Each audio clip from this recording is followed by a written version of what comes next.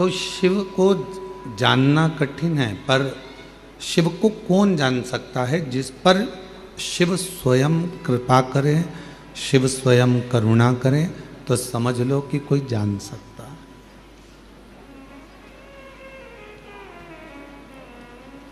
One क्षेत्र में जब पांडव जा रहे थे वन के अंदर, तो भीम ने युधिष्ठिर से पूछा था कि शंकर जी को भजने का, शिव जी को जपने का, शंकर भगवान का भजन करने का, पूजन करने का, स्मरण करने का सही तरीका क्या है?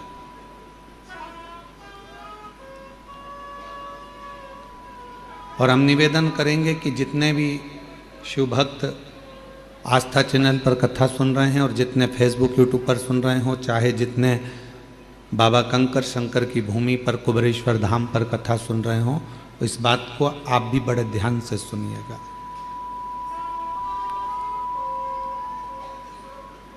इस बात का स्मरण आप भी करिएगा। भीम ने युधिष्ठिर से पूछा, और भीम ने युधिष्ठिर से पूछा कि भगवान शिव को प्राप्त करने के लिए सबसे सुंदर पूजा का तरीका, अनुष्ठान का तरीका, साधना का तरीका कौन सा?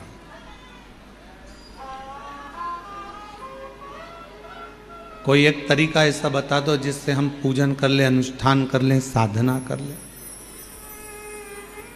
मेरी जीजियों, मेरे जीजाओं, पूजन के बहुत विधान हैं। जैसे आज उत्तर भारत के मेरी जीजियाँ, मेरे जीजा, मेरी बेटियाँ, बेटा, मेरी माताएं आज छठ पर्व मना रही हैं। सूर्य उपासना का एक ऐसा व्रत जो 32 घंटे का, 36 घंटे का जो व्रत होता है, 3 दिन तक चलने वाली वो सूर्य आराधना आज उत्तर भारतीय, मेरे भारत की भूमि की मेरी माताएं कर रही हैं। संपूर्ण देशवासियों को छठ पर्व की बहुत बहुत बधाई है। भगवान सूर्य भास्कर देव की उपासना का ये पर्व जहां पर डूबते सूरज को भी अर्घ दिया जाता है और उगते सूरज को भी अर्घ दिया जाता है।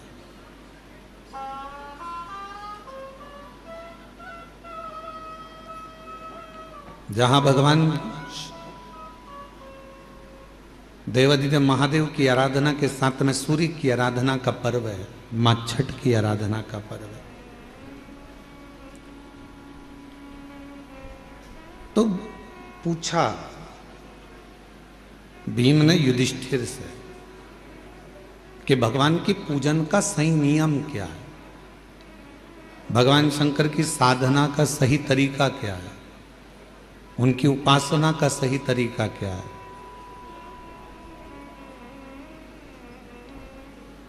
हम आपको बोले कि शिव जी को 1 लोटा जल चढ़ाओ, फिर ऐसा दूध चढ़ाना, फिर दूध के बाद जल चढ़ाना, जल के बाद फिर दही चढ़ाना, दही के बाद जल चढ़ाना, फिर आप मधु चढ़ाना, मधु के बाद फिर जल चढ़ाना, फिर आप शहद के बाद में घृत चढ़ाना, घृत के बाद फिर आप जल चढ़ाना, फिर आप शक्कर चढ़ाना, फिर उसके बाद जल चढ़ाना।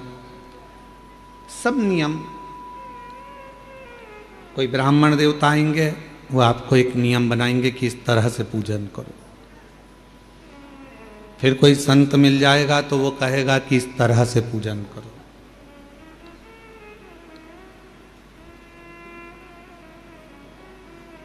फिर कोई महात्मा मिलेंगे, वो कहेंगे इस तरह से पूजन करो।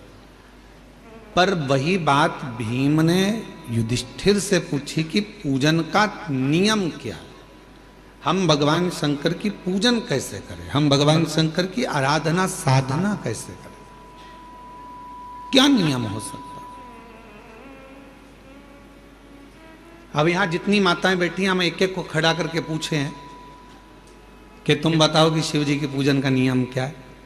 तो हम दामोदर प्रसाद जी से पूछेंगे, वो अलग नियम बताएंगे, उनके बेटे से पूछेंगे तो वो अलग नियम बताएंगे, बहू से पूछेंगे वो अलग नियम बताएंगे। बोलो सही है कि गलत है। जितने मेरे बाहर जीजियाँ बैठी हैं, जीजा बैठे हैं, जितनी माताएं बैठी हैं, जितने बच्चे बैठे हैं, उनसे पूछेंगे क्यों शिव जी के मंदिर जाते हो, हाँ क्या नियम से पूजन करते हो, तो कहेंगे हम झाड़ू लगा देते हैं, पोछा लगा देते हैं, जल चढ़ाते हैं, बेलपत्र चढ़ाते हैं, ये करते हैं, वो करते हैं। सबका अपना अपना नियम है, सब अपना नियम बता। भीम ने भी युधिष्ठिर से पूछा कि शिव पूजन का नियम क्या है।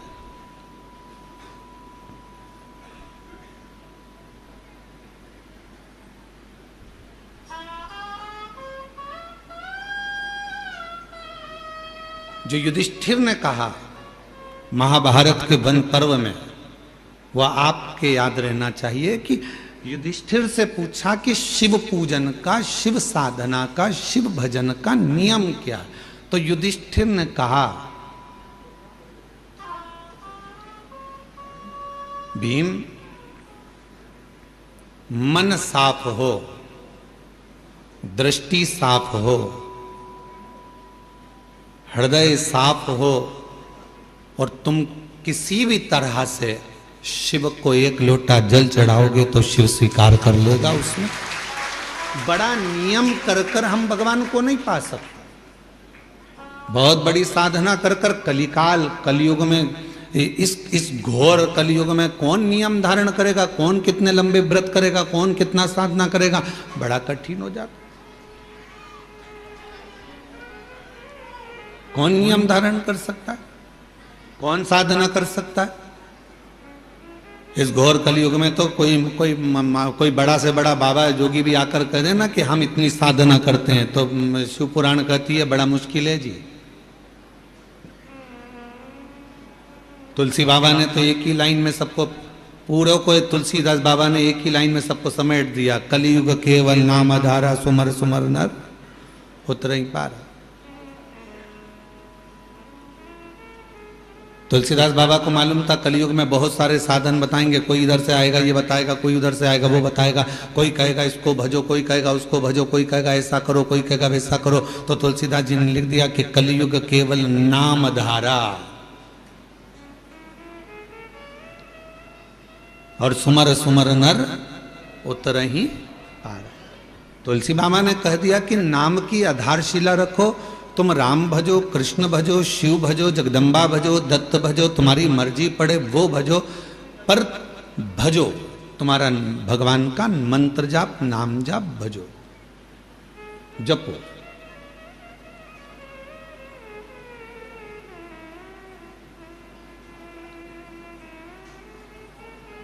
मंत्र जाप, साधना, नाम जाप, कीर्तन ये करो। स्पीकर ऑन चालू करो, बाहर के स्पीकर। और जब मंत्र, साधना, व्रत हम कुछ भी करें, पर यदि हमारे मन ही पवित्र नहीं है, हमारा हृदय ही पवित्र नहीं है, तो क्या हम शिव को प्राप्त कर सकते हैं? और मैंने तेरे ही भरोसे बाबा, तेरे ही भरोसे हवा बिच उड़ती जावांगी, बाबा डोर हत्तो छड़ी कटी जावांगी, भोले मैं तेरी पतंग, शंभू मैं तेरी हवा बिच उड़ती जावांगी, बाबा डोर तो छड़ी नाम कटी जावांगी। शिव कथा कह रही है कि साधना में मन की पवित्रता होना चाहिए। बहुत लंबी पूजन जमाली हमारे पास, ये भी रखा है, ये भी रखा है, ये भी रखा है, ये भी रखा है, शिव जी को ये भी चढ़ाऊंगी, शंकर जी को ये भी चढ़ाऊंगी, शंकर जी को ये भी चढ़ाऊंगी, और मालूम पड़े मन शुद्ध नहीं है, मन का भाव शुद्ध नहीं है, तो परमात्मा कैसे मिलेगा?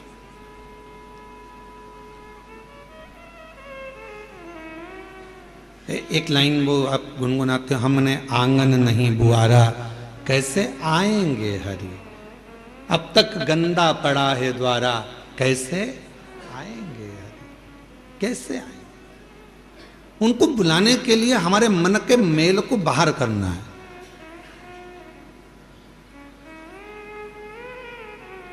कहां पर आए हो आप लोग कथा श्रवण करने के लिए? बाबा कुबेरेश्वर के धाम, मेरी जीजियों का मायका और मेरे जीजाओं का ससुराल।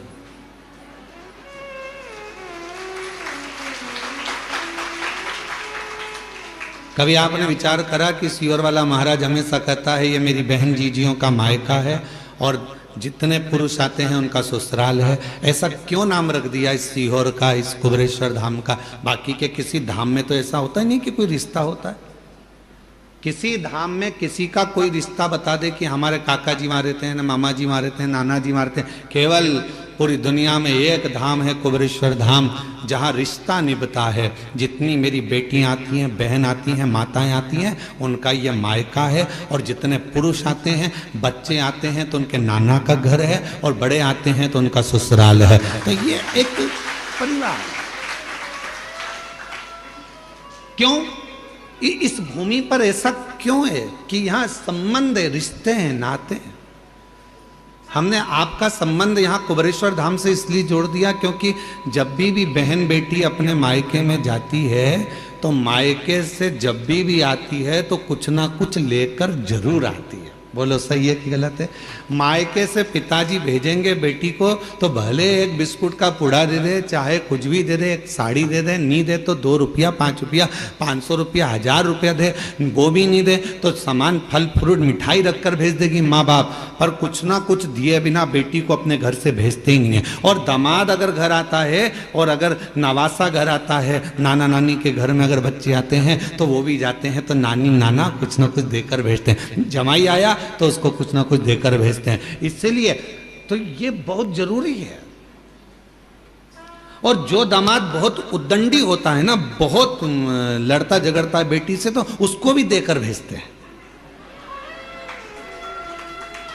उसको भी देकर भेजते हैं। भले गाली देकर भेजे पर भेजते तो है। ऐसा तो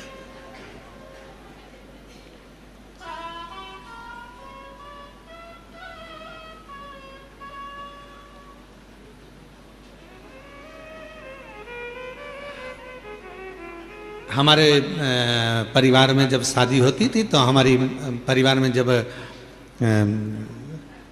बेटियों की बहनों की शादी होती थी तो वो हमारे माता जी हमसे कई बार कह देती, सुनो आज रात को जागना है तुमको। हमने पूछा क्यों मम्मा? तो कहा कि शाम को वो तुम्हारे वो छोरी है ना अपने परिवार की, उसका ब्याह है ना, तो वहाँ कन्यादान करना पड़ेगा, तो पाँव पूजना पड़ेगा। अब तुम्हारे इधर पाँव पूजते कि नहीं पूजते? जम के तो बोलो पूछते। तो अब रात के समय जब फेरे होते हैं तो पाँव पूजना पड़ेगा। तो हमारी माता जी हमको जगा के रखती थी, सो भी जाते तो ढूंढ के लाती थी, चलो पाँव पूजो। अब रात को नींद में एक तो काम कर करके थक जाओ और ऊपर से रात को मम्मा माता जी जगाए और पाँव पूजवाए, तो धीरे धीरे पाँव पूजते पूजते मन में फुसफुसा भी देते थे, देखो जीजा जी पाँव पूज रहे हैं, जब तक पूज रहे हैं, जीजी को दिक्कत आई तो सिर भी पूज देते हैं। अब जीजा टेंशन में है तो वो पास में जीजी बैठे तो उसको तो जीजी कह देती है ही ऐसा, है ही ऐसा।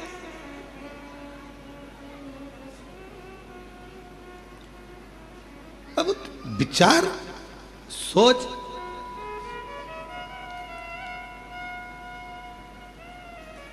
होता है कभी कभी ऐसा स्मरण। एक व्यक्ति बोला कि बहुत पुरानी बात है, हम जब स्कूल कॉलेज में पढ़ते थे उस समय की बात।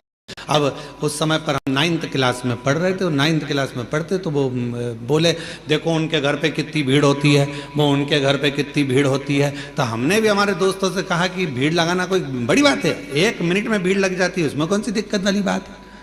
तो क्या ऐसे कैसे लग जाती है? हमने कहा कल तुम एक काम करना, 2 बांस तुम खरीद के लाना, बाकी के घास हम ले आएंगे, सफ़ेद कपड़ा बांध लाएंगे, किसी के घर पे रख देंगे, भीड़ इकट्ठी हो जाएगी।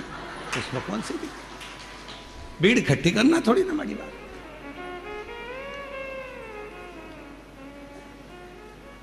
भीम ने पूछा युधिष्ठिर से कि शिव पूजन का विधान क्या है? भगवान को पूजने का विधान क्या?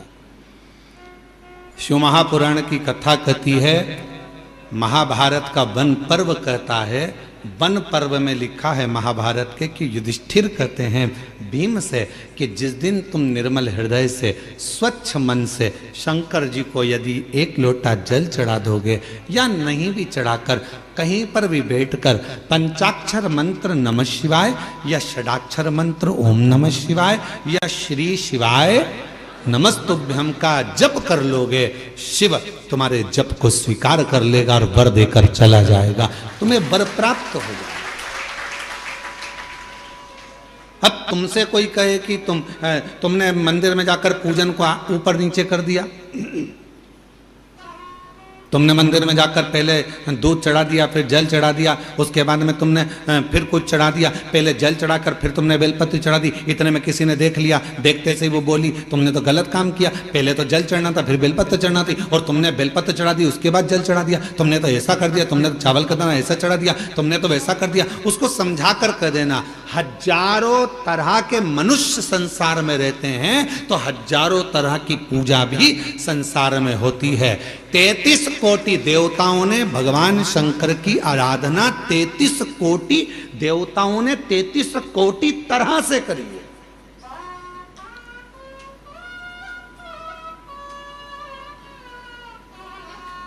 कई लोग हमसे कह देते हैं हमने शिव पुराण पढ़ी है, आप जो जो बताते हो शिव पुराण में तो कई बार मिलता ही नहीं है, तो हम क्या एक ही पुराण में से बोलते हैं?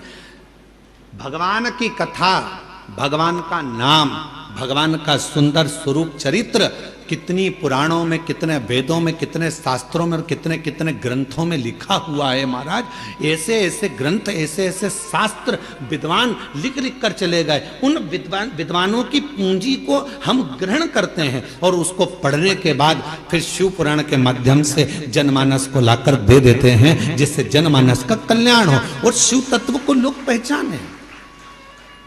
अब कोई कह दे कि हमने तो पढ़ा है, तो उनसे निवेदन कहेंगे 33 कोटि देवताओं ने 33 कोटि तरह से भगवान शिव की आराधना करी। सबका तरीका अलग था, सबका पूजन का विधान अलग था, सबका भजन करने का विधान अलग था। उसी तरह शंकर जी की पूजन के अनेकों अनेक विधान है, शिव जी को रिझाने के अनेक अनेक विधान है, बहुत विधान।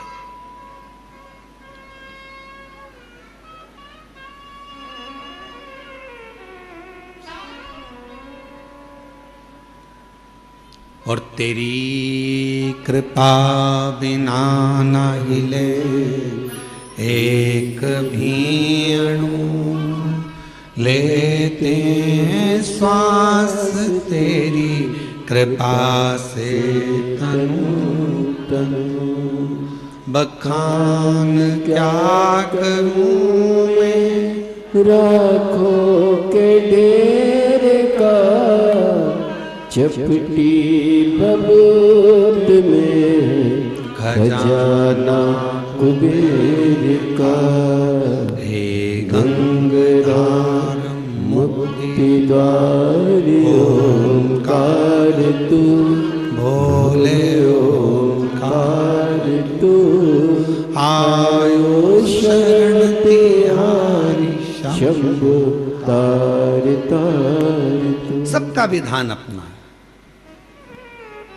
सबका तरीका अपना है, पूजन का नियम सबका अपना है। कभी भी यह मत सोचना कि मैंने इस तरह से पूजन करी, भगवान स्वीकार करेगा कि नहीं करेगा। कभी यह मत सोचना कि मैंने भगवान को ऐसे पूजा है, भगवान स्वीकार करेगा कि नहीं करेगा। कभी यह मत सोचना कि मैंने तो इस तरह से व्रत कर लिया, भगवान स्वीकार करेगा कि नहीं करेगा। मैंने तो इस तरह से कथा सुनी, भगवान स्वीकार करेगा कि नहीं करेगा। बस निवेदन है, मन पवित्र रखना, भगवान स्वीकार लेगा।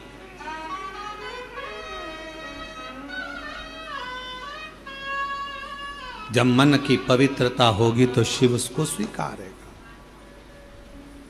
शंकर स्वीकारेंगे। और किसके पीछे शिव आते हैं, भगवान किसके पीछे आते हैं? तो कहा माल वाले के पीछे मानव आता है, मनुष्य आता है। कुर्सी वालों के पीछे मनुष्य जाता है, दुनिया जाती है।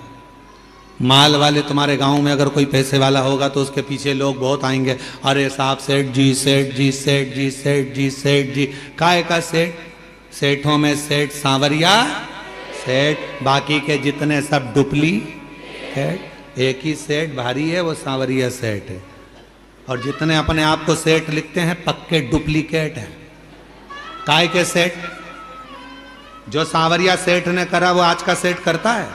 बोलो जम के। सांवरिया सेठ ने नानी बाई का 56 करोड़ का मायरा भरा था और एक बार के नहीं बोला कि मैंने 56 करोड़ का मायरा भरा। आज का जमाने में जितने सेठ है वो अपनी बहन के घर का भर ले, वो ही बहुत बड़ी बात है। वो अपनी बहन के घर का मायरा भर ले, बहुत बड़ी बात है। और कहने को सेठ जी सेठ जी सेठ जी सेठ जी, कोई सेठ नहीं, सारे डुप्लीकेट। सेठों में सेठ, जम के बोलो जरा, सेठों में सेठ सांवरिया सेठ, बाकी के सारे सेठ डुप्लीकेट। और कई सारे सेठ बैठे होंगे, उनको बुरा लग गया होगा। सेठ है वो। माल वाले के पीछे मनुष्य जाता है, माल वाले के पीछे, कुर्सी वालों के पीछे दुनिया जाती है। दुनिया पैसे वालों के पीछे जाती है, माल वालों के पीछे जाती है और कुर्सी वालों के पीछे जाती है। पर मेरा महादेव माल वाले के पीछे नहीं जाता, मेरा महादेव माला वाले के पीछे जाता है, भजन वाले के पीछे जाता है, आसन वाले के पीछे जाता है। जो माला जपता है मेरा महादेव उसके पीछे चला जाता है, मेरा महादेव उसके पीछे चलता है। अब आपके ऊपर निर्भर करता है, आप माल वाले के पीछे चलोगे कि माला वाले के पीछे चलोगे। माल वाले के पीछे चलोगे तो एक ना एक दिन माल वाला तो तुमको तगड़ी दे देगा, लात मार देगा, निकाल देगा। कुर्सी वाले के पीछे चलोगे वो भी एक दिन लात मारकर निकाल देगा। पर माला वाले के पीछे चलोगे, किसी सदगुरु, किसी संत, साधु, सन्यासी, तपस्वी, साधक, उपासक जो शिव की आराधना में डूबा रहता हो, शंकर की भक्ति में डूबा रहता हो, यदि उसके पद चिन्हों के पीछे चलोगे तो एक न एक दिन मंजिल तक पहुंच जाओगे। क्योंकि महादेव उसके पीछे चल रहा, शिव उसके पीछे चल रहा, शंकर उसके साथ चल रहा।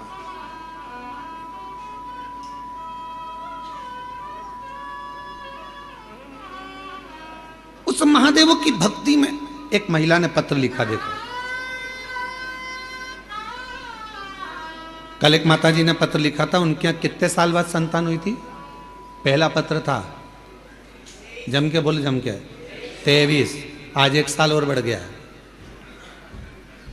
मेरा नाम नर्मदा बाई, पति इंदर सिंह, मैं ग्राम तारपुरा, पीतमपुर, जिला धार, मध्य प्रदेश की रहने वाली हूँ। कहीं बैठी हो और अगर बालक साथ में, बच्चा साथ आया हो तो पीछे वाले रास्ते से लेकर आ सकती हूँ।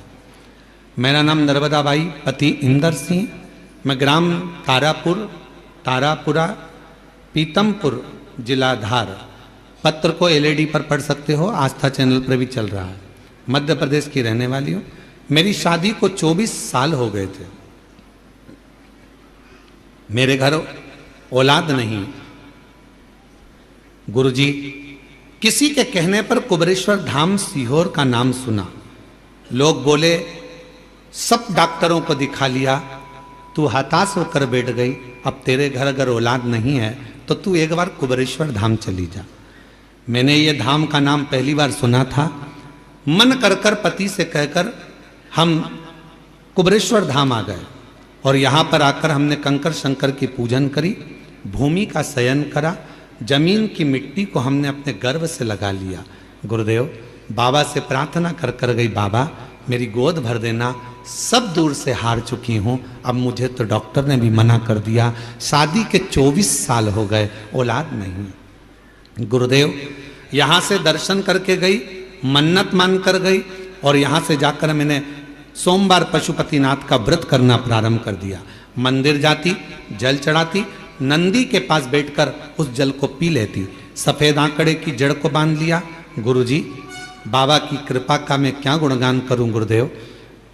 कावड़ भरने के लिए आ गई, कावड़ भरा, शिवजी पे चढ़ा हुआ जल पीकर दोनों पति पत्नी ने विनती करी, बाबा हमारी औलाद नहीं, 24 साल हो गए, तू देना जरूर। यहां से गई कावड़ भरकर और जाने के बाद कुछ समय के बाद मेरा गर्भ ठहर गया। गुरुदेव 2024 में बाबा की कृपा ऐसी हुई कि मैं बाबा की कावड़ भरकर उससे विनय कर कर गई थी। उस समय पर जैसे ही यहां से गई तो डॉक्टर को दिखाया तो मालूम पड़ा कि बच्चा दानी में कुछ प्रॉब्लम है। फिर भी मन नहीं माना। डॉक्टर ने कहा इलाज करो, इलाज चालू रखा।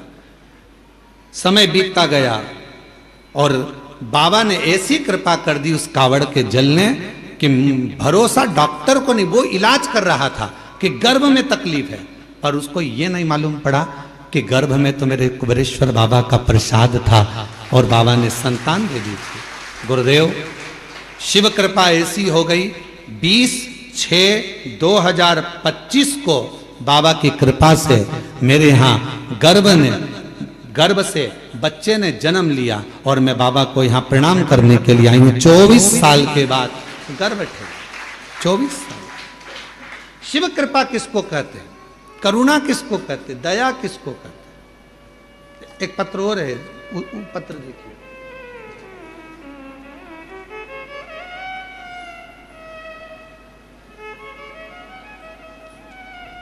मेरा नाम मीना लोधी, उम्र 35 वर्ष, मेरे पति भरत लोधी कहीं बैठे हों, निवासी बंडा, जिला सागर, मध्य प्रदेश से हैं। अगर कहीं बैठे हों तो बच्चे को लेकर पीछे वाले रास्ते से आ सकते हैं। मीना लोधी, पति भरत लोधी, निवासी बंडा, जिला सागर। हमारी शादी 2006 में हुई थी। 18 वर्ष शादी के हो गए थे गुरुदेव। संतान का सुख नहीं था। डॉक्टरों को दिखाया तो डॉक्टरों ने मना कर दिया कि तुम्हें औलाद नहीं होगी। हम ऐसा, अब जरा पत्र को देखिएगा। तंत्र मंत्र विद्या, दुनिया के सारे उपाय और दुनिया की सारी पूजा, दुनिया का सारा डॉक्टर दिखा लिया पर औलाद का सुख नहीं आया। तब आखिरी में लोग ताने देने लगे। तानों से इतना परेशान हो गई कि गुरुजी मैंने पूरा विचार बना लिया कि अब मैं स्वयं मर जाऊंगी, प्राण त्याग दूंगी।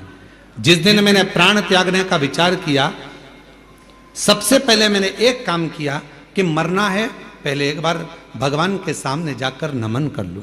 और शिव जी के मंदिर में पहुंची पहली बार जिंदगी में। मैं कभी शंकर के मंदिर नहीं गई थी, पर प्राण त्यागने से पहले मैं शिव जी के मंदिर पहुंच गई और मंदिर में जाकर मैंने प्रणाम किया।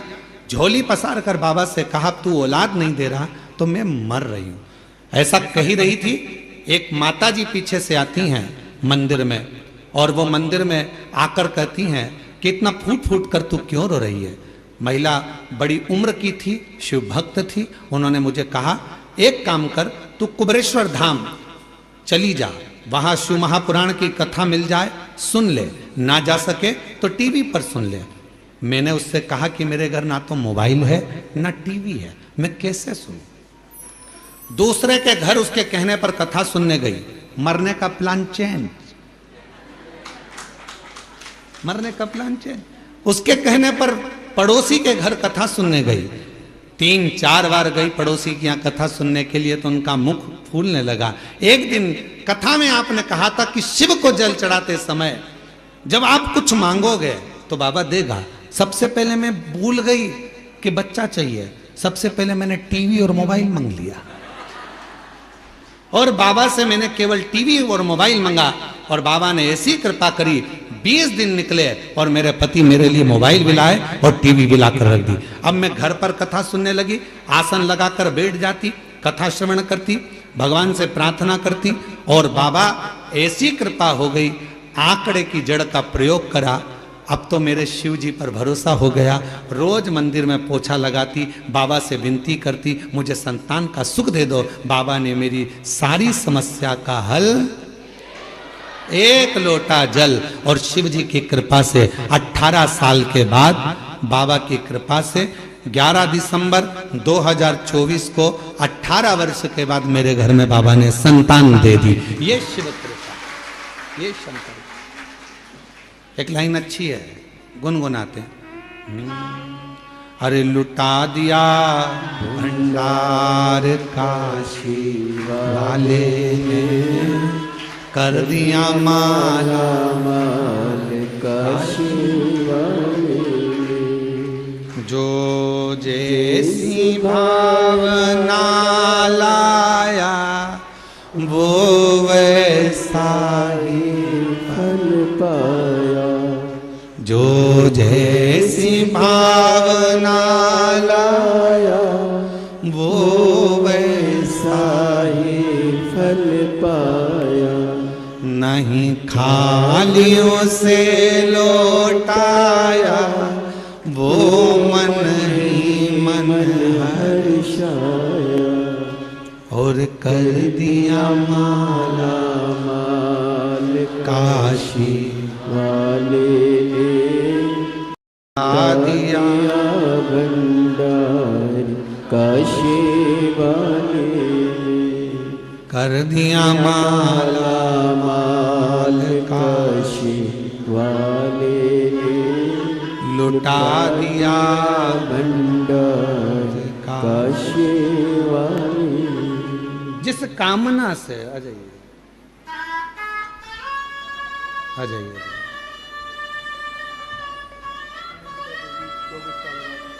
24 साल के बाद बच्चा हुआ है। एक बार जोरदार ताली।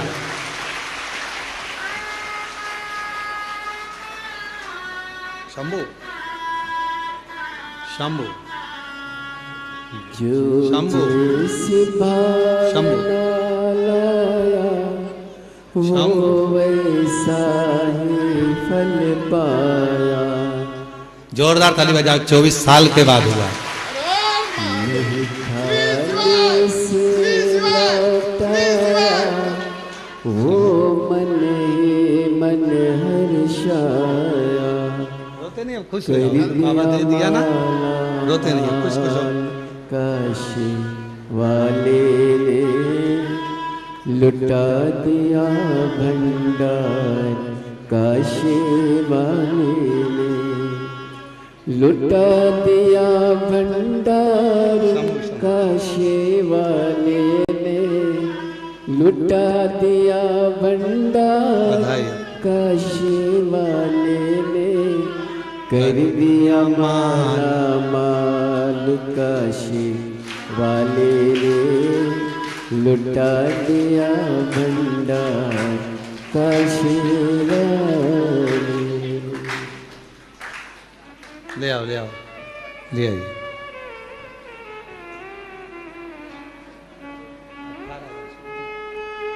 मीना जी लोधी 18 वर्ष के बाद संतान हुई है। बाबा ने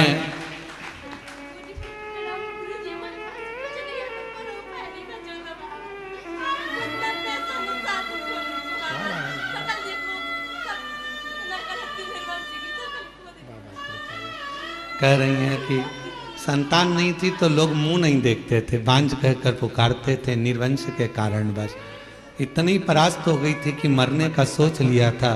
पहली बार शिव के मंदिर गई, माथा टेक रो रही थी तो एक महिला ने आकर कहा कि कुबरेश्वर धाम चली जा, कथा सुन। रोते नहीं है बाबा।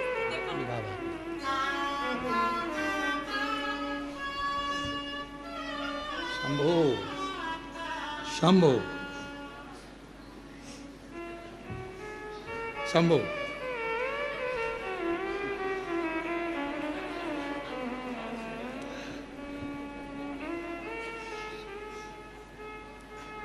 ये लो, चलो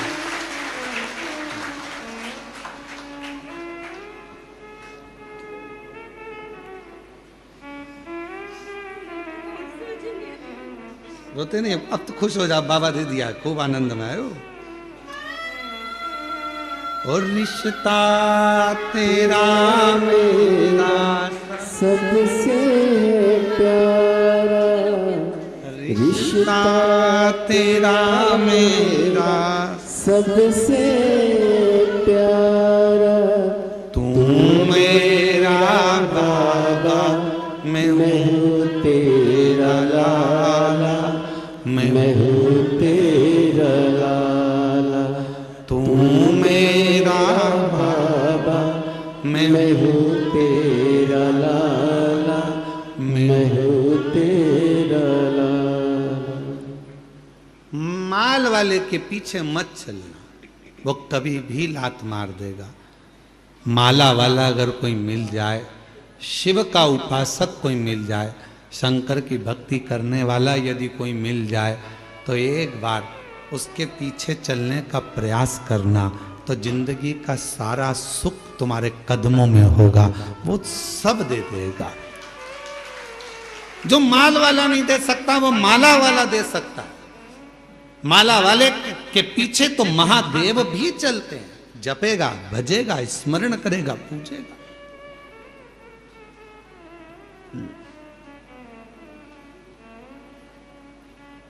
आज पूरी दुनिया, पूरा विश्व बाबा देवाधिदेव महादेव की भक्ति में लगा हुआ है। बच्चा बच्चा एक लोटा जल चढ़ाने के लिए मंदिर जाने लगा है। नवयुवक बेटा बेटियों के मन में एक उत्कंठा, एक उत्सुकता उत्पन्न होती है कि शिव को मैं जानूं। बुजुर्ग माता पिता के मन में भाव आता है कि टीवी चालू कर दो, मुझे शिव पुराण सुनना है। शिव पुराण। कल एक पत्र था एक बहन का, अब वहाँ पत्र को ढूंढना पड़ेगा बहुत सारे पत्रों में। तो कहीं अगर यहाँ बैठी हो तो वो बिना कथा के रह नहीं सकती, बिना कथा के।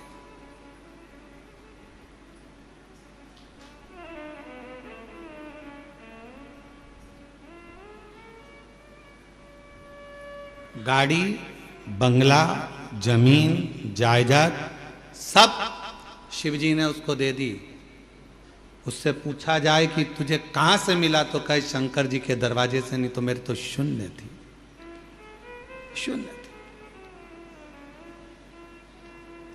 कथा नहीं सुनती तो बुखार आ जाता।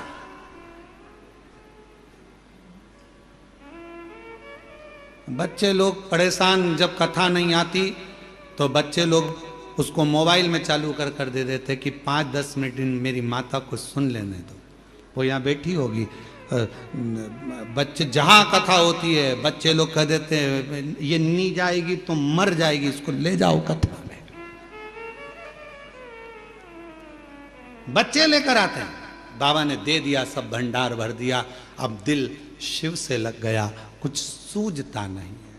वो फिर वही वाली बात आ गई कि मैं हूं प्रेम रोगी, मेरी दवा तो करा, जाओ जाओ जाओ काशी मैं हूं शिव रोगी। ये मुझे रोग लगा है भगवान की अविरल भक्ति का, भजन का, कथा का, स्मरण का। दामोदर प्रसाद जी कथा करवा रहे, दामोदर प्रसाद जी के वहाँ जब कथा का क्रम जब वहाँ नहीं हो पाई तो इनके मन में था कथा कैसे होगी, कैसे होगी, वहाँ परमिशन नहीं, ये नहीं हो रहा, वो नहीं हो रहा। आखिरी में ललकता दामोदर प्रसाद साहू जी के मन में थी, तो धनोरा से भगवान शिव ने इनके मन की बात को जान लिया। शायद धनोरा वासी बड़े किस्मत वाले होंगे जो आज शिव महापुराण की कथा के यजमान बनकर कथा का रस तत्व ग्रहण कर रहे। ये शिव तत्व है, ये भगवान की अविरल भक्ति है।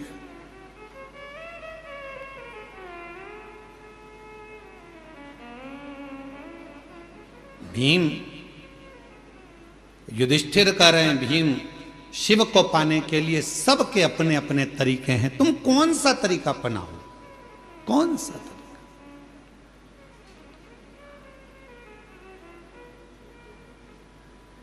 हमने कथा में कहा था 2 परीक्षा होती है। एक होती है लिखित परीक्षा, एक होती है जम के बोलो मौखिक परीक्षा। लिखित परीक्षा में थोड़ी बहुत नकल हो सकती है, पर मौखिक परीक्षा में नकल होगी क्या? बैठे हो सामने, परीक्षा लेने वाला सामने बैठा है, चल ये क्वेश्चन है, इसका उत्तर दे। रामू के काका की काकी का मायका कहां था बता। चक्कर खा गया। फिर उसने पूछा रामू कौन? फिर उसने और प्रश्न करे तो ऑफिसर ने कह दिया प्रश्न मैं करूंगा कि तू करेगा, जल्दी बोल। उत्तर नहीं निकला।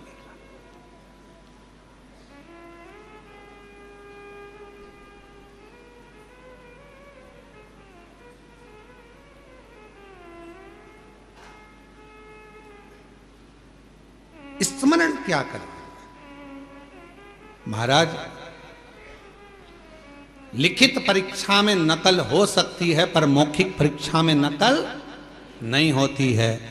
लिखित परीक्षा में नकल कर कर लोग प्राप्त करे ना करे वो अपनी जगह है, और लिखित परीक्षा का एक एक अंक मिलता है, कटता है, फिर मिलता है, कटता है, कुछ मिलेगा कुछ कटेगा।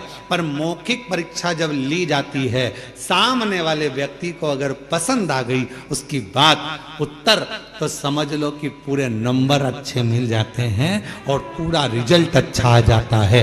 उसी तरह शिव महापुराण की कथा कहती है, आप अगर लिखित परीक्षा नहीं दे सकते, मतलब आप बहुत घंटों तक बैठकर भजन नहीं कर सकते, तप नहीं कर सकते, साधना नहीं कर सकते, व्रत नहीं कर सकते, उपासना नहीं कर सकते, तो मौखिक परीक्षा करो।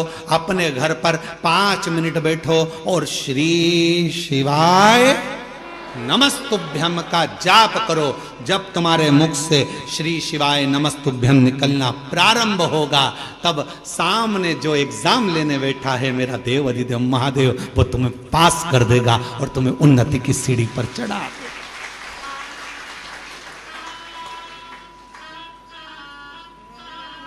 श्री शिवाय नमस्तुभ्यं, श्री शिवाय नमस्तुभ्यं,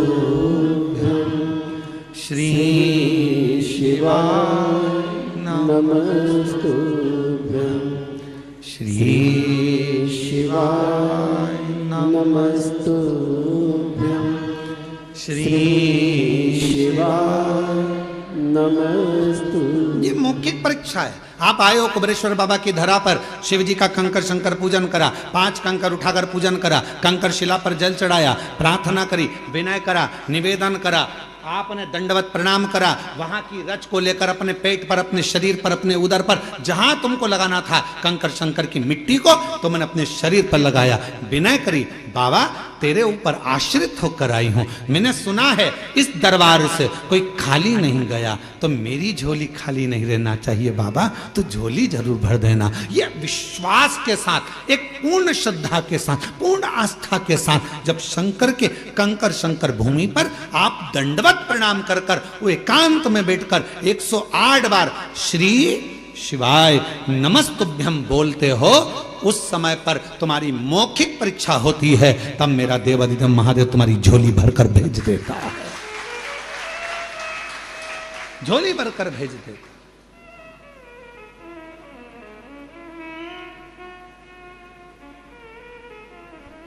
तेरे दरबार की बाबा निराली शान देखी है, तेरे दरबार की बाबा निराली शान देखी है, तुझे देते नहीं देखा पर झोली भरी, मुख दुनिया मोड़ेगी बाबा तू मुखड़ा मुख दुनिया मोड़ेगी बाबा तू मुखड़ा हे भीम, भगवान शिव को रिझाने के तो 33 कोटि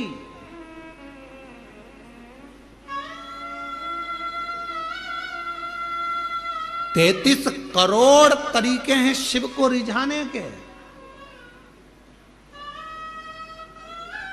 सबका अपना अपना तरीका है। कोई कहेगा ओम नमः शिवाय बोलो, कोई वो कहेगा नमः शिवाय बोलो, कोई कहेगा ये बोलो, कोई कहेगा वो बोलो, कोई कहेगा श्री शिवाय नमस्तुभ्यं, कोई कहेगा राम बोलो, कोई कहेगा ओम नमः भगवते वासुदेवाय बोलो, वो कोई कहेगा कृष्ण बोलो, कोई कहेगा दत्त बोलो, कोई कहेगा, सबका अपना। 33 कोटि देवता हैं तो 33 कोटि तरीके शंकर को रिझाने के हैं। 33 कोटि तरीके से शिव का पूजन होता है। हजारों, मध्य प्रदेश में पूजन का तरीका अलग होगा तो छत्तीसगढ़ में पूजन का तरीका अलग होगा, गुजरात में पूजन का तरीका, सबका तरीका अलग है। भगवान परंतु एक ही भाषा जानता है, वो प्रेम की भाषा। तरीका कोई सा भी।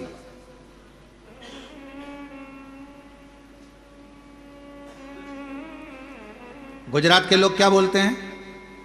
कौन सी भाषा? छत्तीसगढ़ वाले बोलो बोलो बोलो, छत्तीसगढ़िया। पंजाब के, हरियाणा के, हरियाणा, महाराष्ट्र के, मराठी, बंगाल के, बंगाली, सब, तेलंगाना के तेलंगी, जो भी भाषा आपकी बोलने वाली है, आंध्रा की अपनी, यहाँ की अपनी, वहाँ की। अब हमें एक बात तुम बताओ रे, जितने बैठे हो सब बताओ, और जितने आस्था चैनल पर सुन रहे हो वो भी बताओ, भगवान को कौन कौन सी भाषा आती होगी? जरा विचार करो।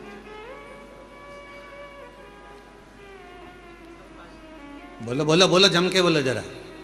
भगवान को कौन कौन सी भाषा आती होगी? पृथ्वी पर यह भाषा क्या भगवान ने बनाई कि तुम मराठी बोलना, तुम गुजराती बोलना, तुम ये बोलना, तुम ये बोलना, तुम वो बोलना? भगवान केवल एक भाषा जानता है।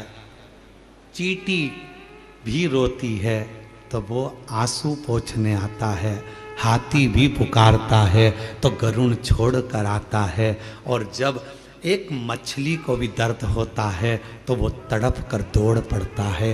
जीव जंतु, पशु पक्षी, जानवर, मनुष्य, सबकी एक भाषा भगवान ने जानी है, वो है उसकी प्रेम की भाषा। जब वो भगवान को हृदय से पुकारता है, वो आता। अब तुम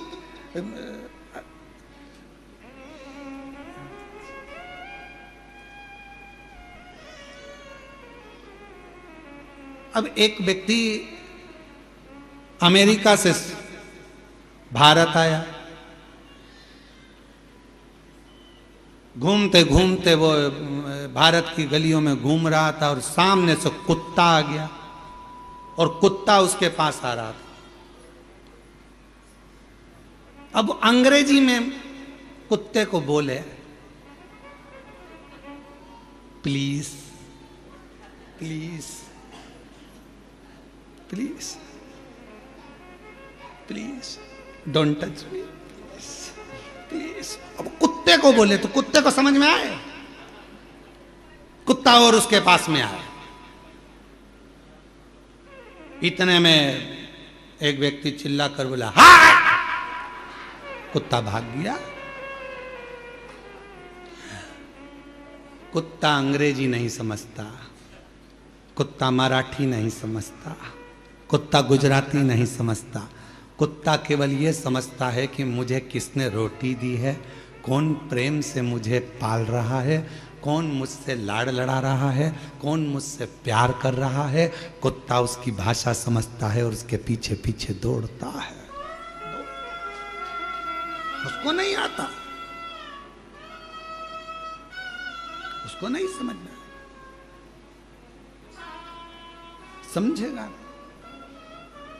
पूरी दुनिया की केवल एक भाषा है और वो है प्रेम की भाषा। पूरी दुनिया में एक भाषा चलती है और वो है प्यार की भाषा। अच्छे से अच्छे व्यक्ति को कोई अगर अच्छे से अच्छे व्यक्ति को अगर तुम्हें रिझाना है तो उसको धन से, दौलत से, संपदा से, सत्ता से, वैभव से नहीं, उसको केवल प्रेम की भाषा से रिझाया जा सकता है। तुम प्रैक्टिकल घर में करो ना।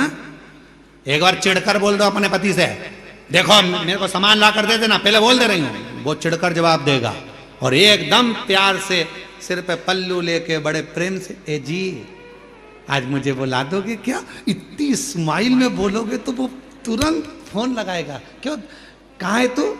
अरे तेरी भाभी को जरा ये सामान चाहिए, ला देगा क्या? इतनी फास्ट, गया ही नहीं, सामान दरवाजे पे आ गया। प्यार की भाषा में स्नेह की भाषा में समर्पण होता है।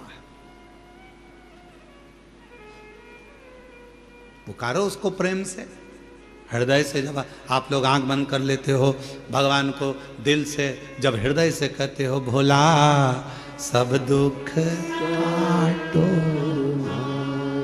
ओ भोला सब दुख काटो, कितने प्रेम से जब आप पुकारते हो, स्नेह से आप पुकारते हो, वो स्वीकार करता है। कल शाम के समय आरती के पहले लगभग आरती होने वाली होगी 6:30 बजे के आरती का टाइम होता है, प्रदोष काल की आरती का 6:30 बजे। उस समय पर कुछ माताएं वो आम के पेड़ के साइड में बैठी बैठी भजन गा रही थी, बड़े प्रेम से गा रही थी, इतनी स्वर में। और कम से कम 8-10 होंगी और कुछ नहीं था उनके पास, फिर भी वो भगवान को तेरी कृपा का कब किस पर हो जाए जरा सी हम पर कर दो। हाँ, वो भजन गा रही थी तो हमने आशीष से कहा, आशीष इतने प्रेम से गा रही है, आज शंकर भगवान इसको दे के ही मानेंगे, पक्का है, इससे कृपा कर कर ही माने। इतने प्रेम से, कोई सुने ना सुने, पंडाल में बैठी है, मंदिर प्रांगण में बैठी है, हम आपसे भी कहेंगे मंदिर प्रांगण के अंदर कहीं बैठे हो, 10 माताएं मिल गई, 15 माता मिल गई, 5 मिनट 10 मिनट जो भजन आपको आता है उसको गुनगुनाया करो, उसका स्मरण करा करो, उसकी भक्ति करा करो। आए हो अपने बाप के घर में, अपने पिता के घर में, तो यहाँ खुश रहकर, अलमस्त रहकर 5 दिन की कथा है, आज 3रा दिन हो जाएगा। कल कथा का समय यही 2 बजे से 5 बजे तक हो जाएगा, कल कथा की शिवरात्रि हो जाएगी, और परसों के दिन सुबह 8 बजे से 11 बजे तक कथा होकर 11 बजे बाबा का अन्नकूट प्रसाद प्रारंभ हो जाएगा। सब अपने अपने घर भोजन प्रसाद पाकर चले जाएंगे। हो गई कथा, 5 दिन पूर्ण हो जाएंगे, मालूम ही नहीं पड़ेगा। और कई लोग ऐसे भी हैं कि झगड़े में ही निकल जाएंगे, ये मेरी जगह, ये मेरी जगह, ये मेरी जगह, ये मेरी जगह, हट तू इधर से, तू उधर, और झगड़ा कर रहे हैं, लड़ रहे हैं, समान कौन का, सब गए अपने अपने। इसलिए निवेदन है, शिव महापुराण की कथा, भगवान प्रेम की भाषा जानता है, प्रेम दीजिए।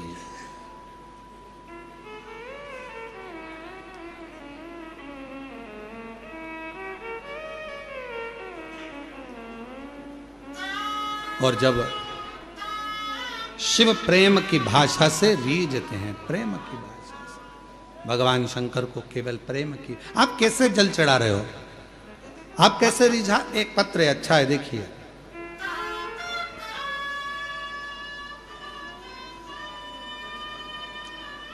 दीपिका भट्ट, मेरा निवास का पता है जूही सफेद कॉलोनी 85/3 कानपुर उत्तर प्रदेश की रहने वाली हैं। कहीं बैठी हो तो पीछे वाले जो रास्ता है वहां से आकर एक बेलपत्र ले सकती हैं। गुरुदेव, मैं दीपिका भट्ट, मेरा निवास पता जूही सफेद कॉलोनी 85/3 कानपुर उत्तर प्रदेश। 13 साल तक मेरे घर में संतान नहीं हुई गुरुदेव, और 13 साल शादी के हो चुके थे, संतान का सुख नहीं था। तब एक दिन रिमोट से टीवी चालू कर रही थी और इतने में आपकी कथा आ रही थी। थोड़ी देर मेरा मन कथा में लगा। उसी दिन आपने तुमरुका जी का सफेद आंकड़े की जड़ का प्रयोग बताया, मैंने वो करा। गुरुदेव, पशुपतिनाथ का व्रत किया, 1 बार नहीं 2 से 3 बार करा। तब बाबा कुबेर भंडारी की कृपा से मेरे 2023 में बाबा ने ऐसी कृपा कर दी गुरुदेव कि 13 साल के बाद बाबा की कृपा से मेरे घर में 13 वर्ष के बाद 2023 में संतान की प्राप्ति हो गई। मैं बाबा को प्रणाम करने के लिए यहाँ आई हूँ।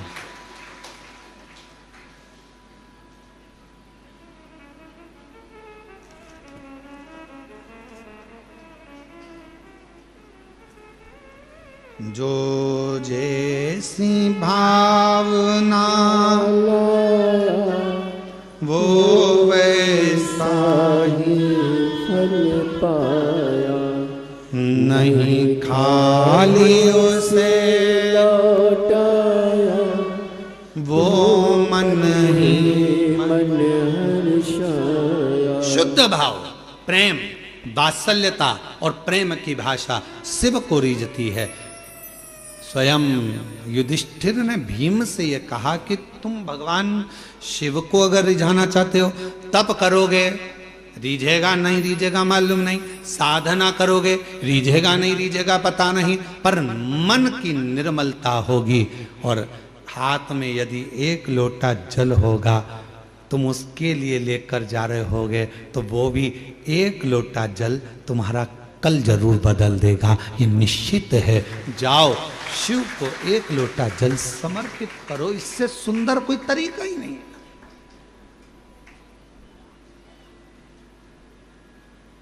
इससे सुंदर तरीका क्या हो सकता है?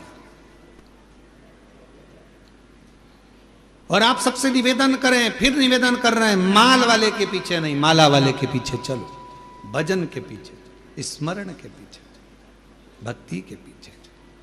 और जब प्रेम जब अनंत हो गया, रोम रोम संत हो गया, प्रेम जब अनंत हो गया, रोम रोम संत हो। जब प्रेम बढ़ जाता है, स्नेह बढ़ जाता है, तब परमात्मा मिल जाता है। संत केवल कपड़े बदलने से संत नहीं हो जाता, बहुत सारा तिलक लगा लिया तो संत नहीं हो जाता, लंबे लंबे बाल बढ़ा लिए तो संत नहीं हो जाता, पूरे चेहरे पर चंदन पोत लिया उससे कोई संत नहीं हो जाता, बहुत सारी माला पहन ली उससे कोई संत नहीं हो जाता, अपने कपड़े को चेंज कर लिया उससे संत नहीं हो जाता। कपड़ा बदलने से कभी भगवान नहीं मिलता, कलेजा बदलने से महादेव मिल जाता है, कपड़े से नहीं मिला है। कपड़ा बदलने से मेरा महादेव कभी नहीं मिला, कैसा भी कपड़ा पहन लो। कई लोग पूछते भी हैं, क्यों गुरुजी शंकर जी के पूजन में सफेद कपड़े पहनना चाहिए कि पीला पहनना चाहिए कि नीला पहनना चाहिए, लाल पहनना चाहिए कि हरा पहनना चाहिए? हम उनसे कहते हैं तुम्हारी मर्जी हो, जैसा पहनो, जो होगा तुम्हारे घर में वो पहनो। हम काय को बोले कि ये कपड़ा खरीद के ला और फिर पहनो, मालूम पड़े तुम्हारे पति और हमको ढूंढते फिर रहे हो।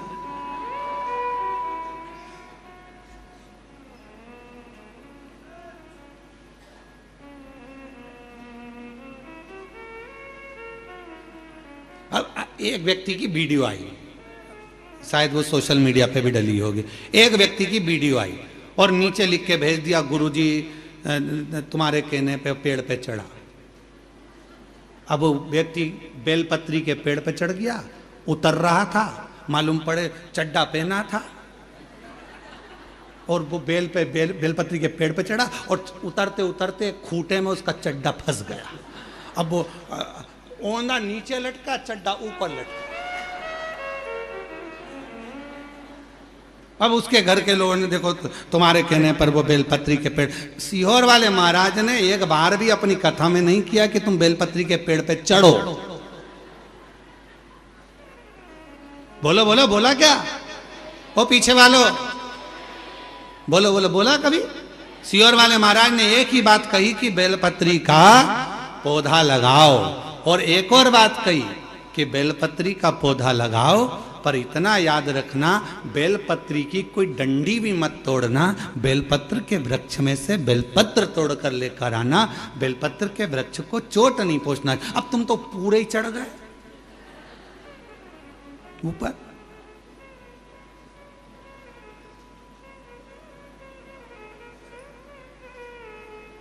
अगर होगी ना हमारे पास में वीडियो तो हम कल तुमको पूरी मीडिया को दिखाएंगे, ठीक है? जितने लोग ब्रेक वो नीचे लिखा गुरुजी तुमने, हमने फिर कह रहे हैं ये नहीं कहता। आजकल सीहोर वाले गुरुजी की वॉइस कैच करी जाती है और गुरुजी जैसा बोलते हैं तो गुरुजी का तो फोटो लगा दिया जाता है। वो कौन सा जमाना है रे, एआई का जमाना। तो वो गुरुजी का फोटो लगा देते हैं और आवाज गुरुजी की निकाल के ना जाने कौन सी एआई आई, ऐसी बाई ना जाने कहाँ से आई, वह एआई तो उसने गुरुजी की आवाज नोट कर ली और फोटो गुरुजी का और बोल वो देते हैं, आज गुरुजी ने ऐसा बताया, ये चढ़ाना वो चढ़ाना। हमारा निवेदन है तुम किसी के चक्कर में मत पड़ना। सीहोर वाले महाराज की ओरिजिनल वीडियो तुम्हारे पास हो तो स्वीकार करना, हमारी सोशल मीडिया पे डली हो उसमें से निकालना। त्यौहार पाता है तो हमारी सोशल मीडिया पे हम वीडियो जरूर डालते हैं, उसमें से निकाल कर फिर उसको सुनना कि गुरुजी ने बोला कि नहीं बोला। नहीं तो आजकल तो चेहरा लगा लगा के लोग नया नया काम कर रहे। तुम्हारी पहचान की अगर ये आई बाई कहीं मिल जाए तो सी और जरूर लेकर आओ, तो उससे पूजन कर। कहाँ ढूंढो? हम तो चलते हैं। शिव तत्व को प्राप्त करिए, भगवान शंकर की आराधना करिए, शिव बाबा को केवल प्रेम के भाव से। कोई कहे कपड़ा बदल लो, नहीं, कलेजा बदल लो। कोई कहे ये लगा लो, कोई कहे वह लगा लो, कोई कहे ऐसा करना पड़ेगा, शिव की आराधना करना है तो इतना व्रत करना पड़ेगा, इतनी साधना करना पड़ेगी। उससे कह दो हमें कुछ नहीं आता, हमें तो एक चीज आती है, मुख से कहेंगे श्री शिवाय नमस्तुभ्यम और सवेरे भरेंगे एक लोटा जल, इसके सिवाय हमें कुछ नहीं आता। बोल बम का नारा है, बस इतने में कल्याण तुम हो गया काम। और कभी कभी जोरदार तरीके से हार, बस। तुम्हें बोलने के लिए मना नहीं है। हाँ, हम पहले जो नहीं बोलता था तो हम मुख से कहते थे बोलना चाहिए, दोनों हाथ उठाकर हार हार। पहले हमारी आदत थी, हम ऐसा बोलते थे कि दीन बंधु दयालु दया कीजिए, जो हर हर महादेव नहीं बोले उसको उठा लीजिए। परंतु हमने बोलना बंद कर दिया, क्योंकि कई लोग हेडफोन लगा के गाड़ी में चलते हैं, बाइक चला रहे होते हैं, तो वो उन्होंने पत्र लिखा, गुरुजी तुम बोलते हो कि दोनों हाथ उठाकर हर हर महादेव बोला, नहीं तो भगवान उठा लेगा, तो हमको गाड़ी खड़ी करना पड़ता है, बीच चौराहे पे हर हर बोलना पड़ता है, तो आसपास वाले चक्कर खा जाते हैं, इसको कहीं मिर्गी का दौरा तो नहीं आ गया। तो तुम्हारे इनके चक्कर में हमने ऐसा बोलना बंद कर, पर तुम बीच बीच में बोल सकते हार, बाबा का नाम पुकारो, तो ये दिल से पुकारो, प्रेम करुणा वात्सल्य स्नेह शिव को प्रिय है। और जब ये मिल जाता है तो मेरा ओ घरदानी हो के नंदी पैसा काशी नगरी से आया है मेरा भोलेनाथ, सुन के भक्तों की पुकार हो गए नंदी पे सवार, काशी नगरी से आए है मेरे भोलेनाथ के भक्तों की पुकार। हो गए नंदी पे सवार, काशी नगरी से आए है मेरे भोलेनाथ। अपने स्थान पर बैठकर बाबा देवादिदेव महादेव से अपने हृदय की बात कहिए, दिल से विनय करिए, प्रार्थना करिए, बाबा को अपने मन का भाव कहो, विनय करो, निवेदन करो, विनती करो, भाव से बाबा को, अपने हृदय से बाबा को प्रार्थना करिए। जहाँ जगह मिले वहाँ बैठ जाओ। कंकर शंकर की भूमि है, बड़ी कृपा कर कर बाबा ने आपको यहाँ बुलाया है। जहाँ जगह मिले वहाँ बैठकर अपने दिल का भाव हृदय से बाबा को कहिएगा, साथ में बोलिएगा, हृदय से प्रार्थना करिएगा, विनय करिएगा।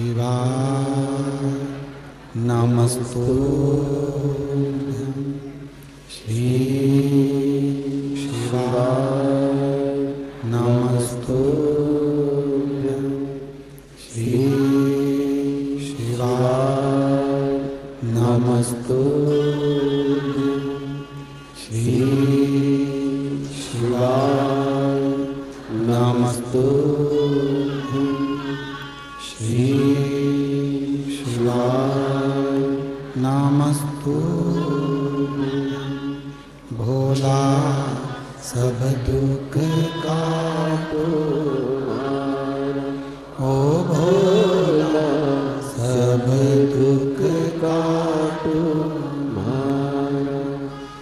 शिव शंकर जपू तेरी माला, भोले बाबा जपू तेरी माला, भोला सब दुख काट मारा, ओ भोला सब दुख काट मारा। वैश मंगल मंगलकारी, वैश मंगल मंगलकारी, शमशान वासी हमारा, शमशान वासी हमारा, ओ भोला सब दुख काटो मारा, ओ भोला सब दुख काटो मारा।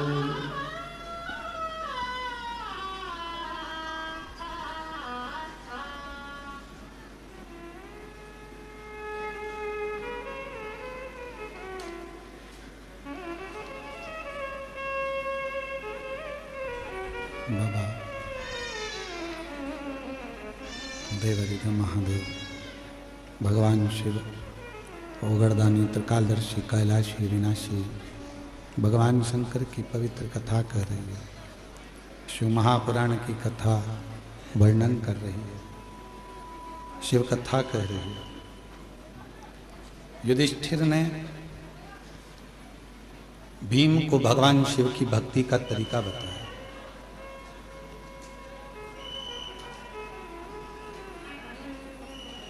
और दुनिया का सबसे सुंदर शिव को पाने का अगर कोई तरीका है तो वो एक लोटा हृदय से, भाव से प्रार्थना कर कर, निवेदन कर कर, विनय कर कर, विनती कर कर बाबा को कहें।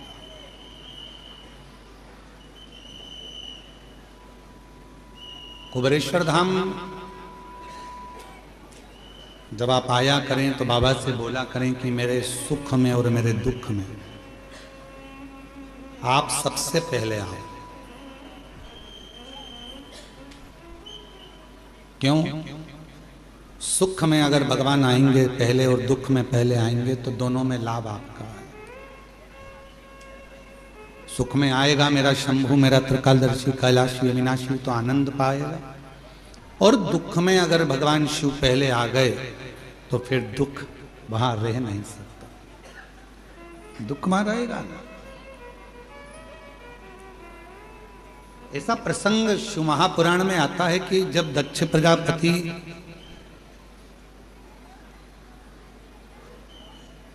ने नगर में सूचना करी कि मेरी बेटी सती का विवाह करना है और इसका स्वयंवर है,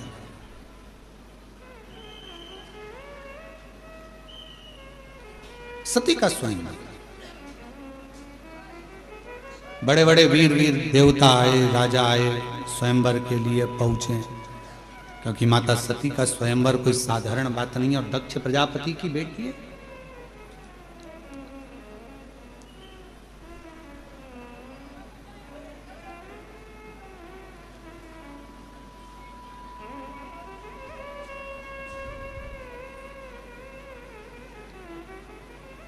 सबको पत्र गया, सबको निमंत्रण गया, पर मेरे देवाधिदेव महादेव के यहां ना तो कोई पत्र गया ना कोई निमंत्रण गया।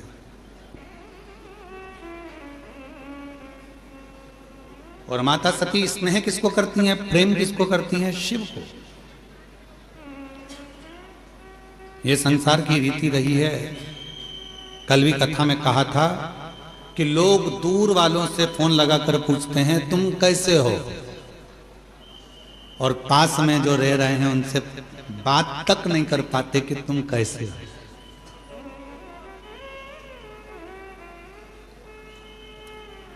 ये दुनिया की रीत है, किसी एक की रीत नहीं है, ये दुनिया की रीत है। दूसरों से जरूर पूछा जाता है आप कैसे हो, कैसे हो, कैसे हो, पर जो घर में रह रहा है, घर में जो निवास कर रहा है, प्रेशर खोलो बक्सों का, घर में जो निवास कर रहा है, जो रह रहा है, उससे पूछा ही नहीं जाता कि तुम कैसे हो। उसके मन की दशा क्या है, उसके मन का भाव क्या है।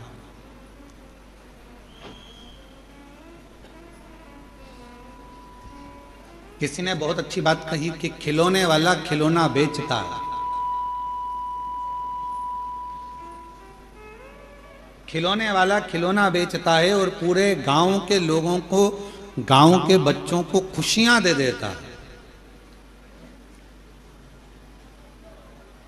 और वो खिलौने वाला जब खिलौना बेचकर गांव के बच्चों को खुशियां दे देता है तो उन गांव के बच्चों के चेहरे की खुशी थोड़ा सा धन देती है और वो धन से उस खिलौने वाले के घर के बच्चों के चेहरे पर भी खुशी आ जाती है, उनके चेहरे पर भी प्रसन्नता आ जाती है, उनके चेहरे पर भी स्माइल आ जाती है, उनके चेहरे पर भी प्रसन्नता आ जाती है। शिवपुराण कहती है कि आप किसी को प्रसन्नता दोगे तो आपको प्रसन्नता मिलेगी, आप किसी को अच्छा दोगे तो आपको अच्छा मिलेगा। और गाली देकर देख लो, गाली भी मिलेगी और बोनस भी मिलेगा।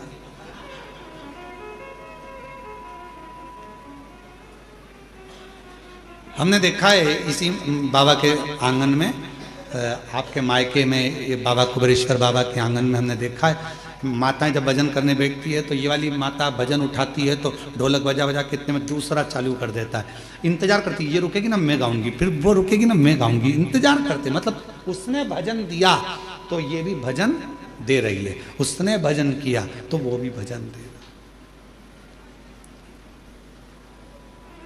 धनोरा वालों की भी आपकी भी टीम आई हुई है भजन की, कुछ बुजुर्ग लोग, कोई पुरुष लोग, हारमोनियम और ढोलक, यहीं के वो धनोरा वाले ही आए हैं क्या? कि कल कोई दूसरी टीम गा रही थी, कोई बाहर से आए होंगे, कोई नीला नीला कुर्ता पहने हुए और बढ़िया चंदन लगाए, हारमोनियम ढोलक और मंजीरे पे भगवान की अविरल भक्ति भजन कर रहे थे। अंदर आवाज आ रही थी, हम बड़े प्रेम से सुन रहे थे।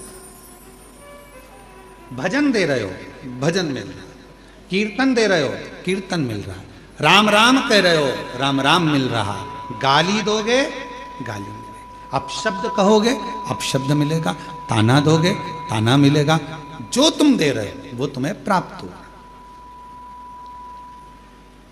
अब माता सती ने विचार करा कि मेरे पिताजी ने सबको बुलाया पर मेरे पिताजी ने नहीं बुलाया, तो भगवान देवादिदेव महादेव को नहीं बुलाया और मुझे तो विवाह उन्हीं से करना है,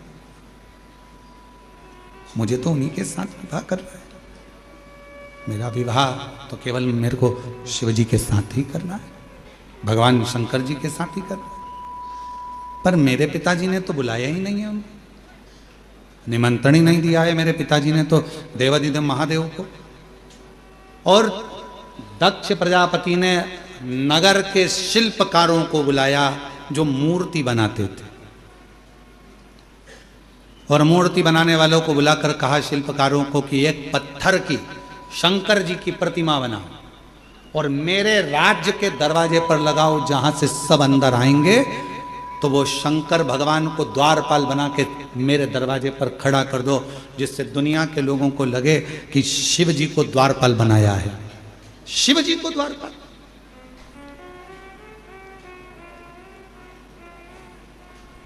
शिल्पकारों ने समझाया दक्ष प्रजापति को, ये क्या कर रहे हो, ये अच्छी बात नहीं है, भगवान देवादिदेव महादेव की मूर्ति बनाकर दरवाजे पर बिठा देना ये कहां की रीति है।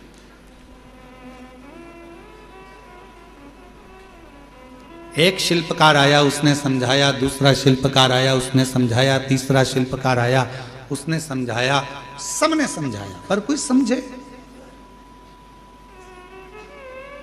इस व्यासपीठ से एक निवेदन करूं आप सबसे,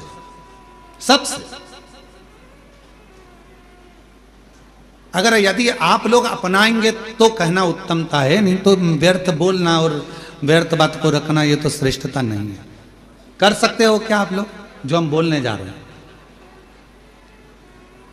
किसी के घर अब शादियों का सीजन चालू होगा और शादियों के सीजन में शादी जब होती है बड़े बड़े गार्डन में, बड़े बड़े गार्डन हैं, होटल हैं, धर्मशाला हैं, जहां विवाह होता है, जहां से लोग एंट्री करते हैं, अंदर प्रवेश करते हैं, वहीं पर अंदर आने की जगह पर भगवान की मूर्ति आजकल गार्डन वाले फिट कर देते हैं। बोलो सही है कि गलत है? आप पान खाते हुए जा रहे हो, खाना खाकर जा रहे हो, भोजन कर कर जा रहे हो, शादी में प्रवेश कर रहे हो, नाच रहे हो, कोई मदिरा पिया हुआ है, बाराती किसको किसको मालूम कौन कैसा आया, कोई ड्रिंक कर रहा हुआ है, मदिरा पिया हुआ है, कोई गलत भक्षण कर रहा है, किसी ने गलत काम कर दिया, कोई गलत विचार से गलत व्यवहार से आया हुआ है, और दरवाजे पर तुमने भगवान गणेश जी को बिठा दिया, दरवाजे पर तुमने वेंकटेश भगवान को बिठा दिया, दरवाजे पर तुमने श्री जी बाबा को बिठा दिया, दरवाजे पर तुमने ठाकुर जी को बिठा दिया, दरवाजे पर कृष्ण की मूर्ति रख दी, दरवाजे पर तुमने शिव जी की मूर्ति रख दी, दरवाजे पर तुमने भगवान की मूर्ति रख दी। नहीं, एक नियम बनाओ आज से, कथा सुनने वाले एक नियम बना लो, किसी की शादी में जाओ और दरवाजे पर अगर किसी भगवान की मूर्ति प्लास्टिक की या पीओपी की किसी की भी मूर्ति रखी देखो, तो तुम जो लिफाफा दो ना, उस लिफाफे के ऊपर एक लाइन लिख कर दो कि भगवान की जगह अपने बाप को बिठा देते।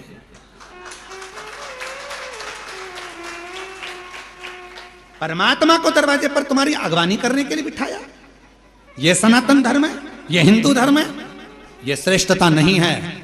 हम अपने पिताजी को अंदर सोफे पर बिठाते हैं, हम अपने दादाजी को सोफे पर बिठाते हैं, हम अपने बुजुर्गों को अंदर घर में बिठाते हैं, आदर करने के लिए अंदर बिठा, और भगवान को तुमने दरवाजे पर लाकर बिठा दिया। कहीं गणेश जी रख दिए, कहीं किसी ने ये वाले देवता रख दिया, किसी ने वो वाले देवता रख दिए। किसी भी देवता को शादी की एंट्री में, शादी के प्रवेश में दरवाजे पर नहीं होना चाहिए। ना जाने कैसे कैसे लोग आते हैं, वहीं पान खाते, थूकते, वहीं दारू पीते, मदिरा पीते, निकल कर जाते, और हमारे देवता उनकी अगवानी करके लिए खड़े हैं। ये कौन सा नहीं, ये ठीक नहीं, गला पकड़ रहा है, ये श्रेष्ठता नहीं है, ये ठीक नहीं है। दरवाजे पर कोई देवता नहीं होना चाहिए। लिख दो लिफाफे के अंदर, अंकल जी हम आपकी शादी में आए थे, बेटे की शादी आपने करी, पर हमको अच्छा नहीं लगा, आपने भगवान को दरवाजे पर द्वारपाल बनाकर बिठा दिया, ये हमको ठीक नहीं लगा। जब 25-50 लिफाफों पर ये लिखा रहेगा, तो अगली बार शादी करने वाला सबसे पहले कान पकड़ेगा और भगवान की मूर्ति को दरवाजे पर अगवानी करने के लिए द्वारपाल बनाकर नहीं बिठाएगा। हम सुधरेंगे, जम के बोलो, हम सुधरेंगे, युग सुधरेगा। पहले सुधरना हमें अपन को पड़ेगा। एक नियम, शादियां चालू होगी, 11 के दिन देव उठ जाएंगे, विवाह चालू हो जाएंगे। आप सब जितने आस्था चैनल पर कथा सुन रहे हो, जितने फेसबुक यूट्यूब पर कथा सुन रहे हो, जितने पंडाल में बैठकर कथा सुन रहे हो, बिना संकोच के कोई टेंशन मत लेना कि कोई क्या कहेगा। आग लगे बस्ती में, अपन रहो मस्ती में, क्या किसको रोइए, चादर तान के सोइए। तो अपने को टेंशन लेना नहीं, टेंशन दे के चलो पर लेके मत चलो। अपने को टेंशन नहीं लेना। लिफाफे पे लिख दो सबसे बड़े अक्षर में, आपके घर पर हम आए थे, शादी में होटल में आए, घर पर आए, दरवाजे के बीच में, इधर से लोग निकल रहा है, इधर से लोग निकल रहा है, बीच में तुमने गणेश जी को रख दिया, ये अच्छी बात नहीं। शंकर जी को रख दिया, अच्छी बात नहीं। अयोध्या के राम जी को रख दिया, अच्छी बात नहीं। कृष्ण जी को रख दिया, बाकी बिहारी को रख दिया, ये अच्छी बात नहीं। ये हमें अच्छा नहीं लगा। लिख दो साहब, हमें अच्छा नहीं लगा। ये मूर्ति दरवाजे पर नहीं। अगर रखना ही है तो तुम्हारा दूल्हा दुल्हन का जो स्टेज बने, उस स्टेज के पीछे तुम भगवान को रखो तो तुम्हें आशीर्वाद प्रदान करेंगे, वर देंगे, दरवाजे पर नहीं।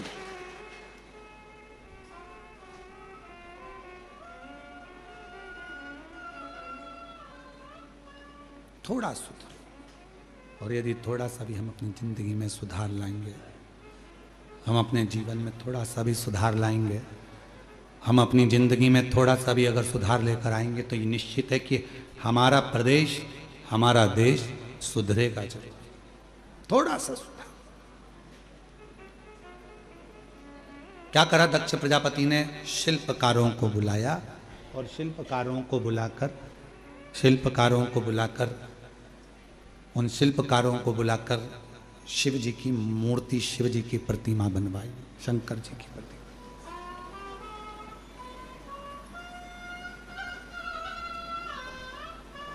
एक शिल्पकार ने समझाया, दो ने, प्रेशर नहीं आ रहा है भाई, एक शिल्पकार ने समझाया, दो शिल्पकार ने समझाया, तीन ने समझाया दक्ष प्रजापति को कि यह मूर्ति बनाकर दरवाजे पर मत खड़ी कर, ये मूर्ति दरवाजे पर श्रेष्ठता नहीं देगी, मत खड़ी कर। दक्ष प्रजापति अगर अगवानी करने के लिए तूने द्वारपाल भगवान को बना दिया तो बाद में तुझे भुगतना पड़ेगा। जरा विचार करो कि दक्ष प्रजापति को कितना भोगना पड़ा। बकरे का सिर लगा था, शीश कट गया था। उसने शिल्पकारों को केवल एक ही बात कही थी कि मेरी बेटी का स्वयंवर है, मेरी बेटी का, और मेरा मन, मैं दरवाजे पर किसको खड़ा करूं, ये मेरा मन, मेरा राज्य, मेरा महल, मेरा नगर, मेरा मेरा मेरा मेरा मेरा करते रहे। और जब दक्ष प्रजापति का सिर कट गया तो बकरे का सिर लगाया। किसी ने पूछा किसका लगाओ, तो कि बकरे का लगाओ। क्यों? क्योंकि दक्ष प्रजापति कर रहा था कि मेरी बेटी का स्वयंवर, मेरा महल, मेरा नगर, बकरे का सिर लगा दो तो मैं करता रहेगा।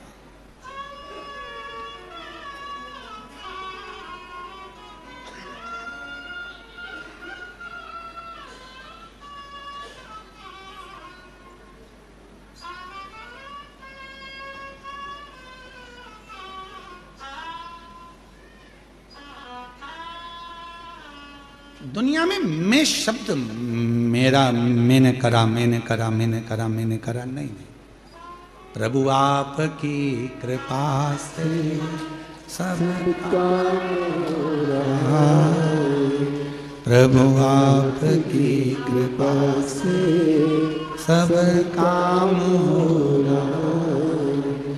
करते हो भोले बाबा मेरा नाम हो रहा है, प्रभु आपकी कृपा से सब काम हो रहा है। भोले आपकी कृपा से सब काम हो रहा है।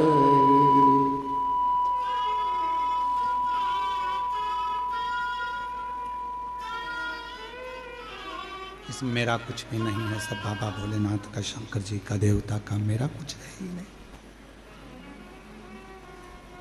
मेरा खुद का कुछ भी नहीं है, जो कुछ भी है सब तेरा।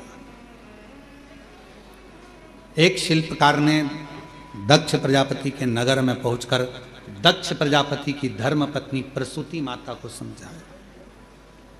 मां प्रसूति के पास पहुंचे और मां प्रसूति के पास पहुंचकर माता प्रसूति से कहा कि दक्ष प्रजापति जो ये कर रहे हैं कि भगवान शिव की मूर्ति बनवाकर दरवाजे पर खड़ी कर रहे हैं, ये श्रेष्ठ नहीं है, ये श्रेष्ठ नहीं है। मना करो उनको। माता प्रसूति दक्ष प्रजापति को, माता प्रसूति जी ने दक्ष प्रजापति के पास पहुंची और मां प्रसूति, ये नहीं चल रहे हैं, तुम्हारे उधर की आवाज बढ़ रही है जिसका रिटर्न आ रहा है, स्पीकर और ये वाले भी बंद पड़ रहे हैं क्या? माता प्रसूति दक्ष प्रजापति के पास पहुंची और दक्ष प्रजापति के पास जाकर माता प्रसूति ने समझाया, कहा स्वामी मेरा एक कहना मान लीजिए, मेरा निवेदन स्वीकार कर लीजिए। क्या निवेदन है? निवेदन केवल इतना है कि भले आप शिवजी को स्वयंवर में बुलाएं ना बुलाएं, ये अपनी जगह पर है, पर शंकर भगवान की मूर्ति बनाकर दरवाजे पर द्वारपाल बनाकर ना बिठाएं।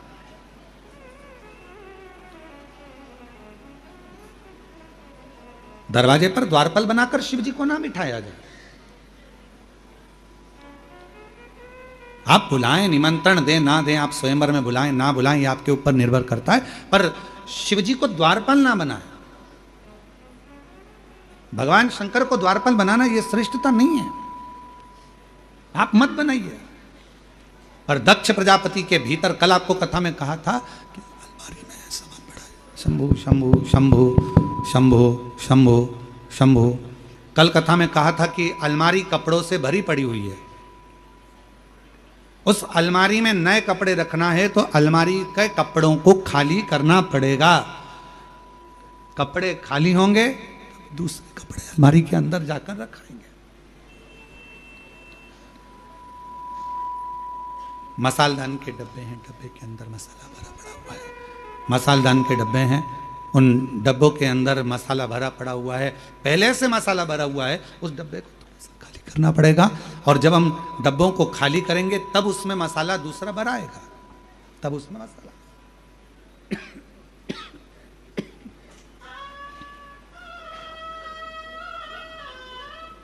उसी तरह शिव महापुराण की कथा कर रही है, भगवान शंकर का चरित्र कर रहा है। शिव महापुराण की कथा कर रही है कि अपने भीतर की अभिमत्ता, अपने भीतर का अभिमान, अपने भीतर का हम, अपने भीतर का मैं और मेरा, ये सब निकल कर बाहर जाएगा। तो मैं और मेरा बाहर निकलेगा। शंभु शंभु शंभु शंभु शंभु शरणे मांगू घड़ी रे घड़ी दुख काटो दया करे मैं दर्शन आपो। शंभु शरण शंभु शंभु शंभु शंभु दुख काटो दया करी न दर्शन ओ शंभु शरणे पड़े मांगू घड़ी रे घड़ी दुख काटो दया करे मैं दर्शन आपो। दक्ष प्रजापति के भीतर इतनी अभिमत्ता, इतना अहंकार भरा गया था कि उसके मुख से बस मेरी बेटी का स्वयंवर है और मुझे ये करना है, मुझे ये करना है। आप दरवाजे पर द्वारपाल बनाकर भगवान शिव जी को बिठा दिया और भगवान स्पीकरों की आवाज बढ़ा दो, सब आवाज बढ़ाओ। देवादिदेव महादेव की कथा कर रही है, शिव महापुराण की कथा वर्णन कर रही है। भगवान देवादिदेव महादेव को भगवान शंकर को द्वारपाल बनाकर खड़ा कर, और जैसे ही द्वारपाल बनाया गया, शिवजी की मूर्ति को शिल्पकारों ने तराश कर द्वारपाल बनाकर दरवाजे पर खड़ा कर दिया। दरवाजे पर बड़े बड़े राजा देवता सब माता सती के स्वयंवर में आ रहे हैं। माता सती के स्वयंवर में सब प्रवेश कर रहे हैं, सब आ रहे हैं। दरवाजे पर देखते हैं कि भगवान शंकर को खड़ा करा है। दरवाजे पर देखते हैं कि शिवजी भगवान शंकर के स्वरूप को, भगवान शंकर की प्रतिमा को दरवाजे पर खड़ा किया। शंकर जी की प्रतिमा दरवाजे पर खड़ी है, शिवजी का स्वरूप दरवाजे पर खड़ा हुआ है, भगवान शंकर का प्रतिबिंब स्वरूप दरवाजे पर खड़ा है। जो विद्वान देव थे, भगवान विष्णु तो अंदर प्रवेश कर रहे थे, पर भगवान नारायण अंदर प्रवेश नहीं करे। जो शंकर भगवान को दरवाजे पर देखा तो भगवान नारायण वापिस चल दिए, वापिस पुनः फिर चल दिए। ब्रह्मा जी ने देखा कि दरवाजे पर शिवजी खड़े, ब्रह्मा जी भी वापिस आ गए। कुछ देवता अंदर जाकर बैठे, बाकी के सारे देव वापिस पुनः अपने अपने धाम को, अपने अपने घर को वापिस आ गए, अपने अपने धाम को वापिस आ गए।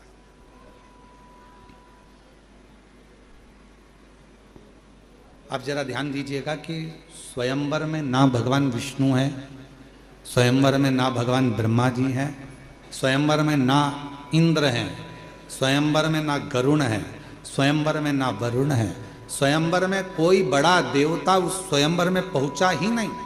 सब निकल कर बाहर आ गए, सब निकल कर, सब अपने अपने भवन में प्रवेश कर गए, सब अपने।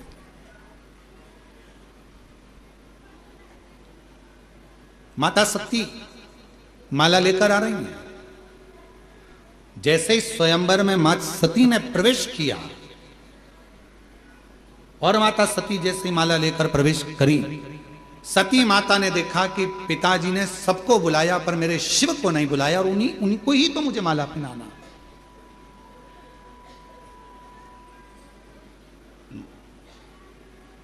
एक प्रसंग है, बड़ा सुंदर है,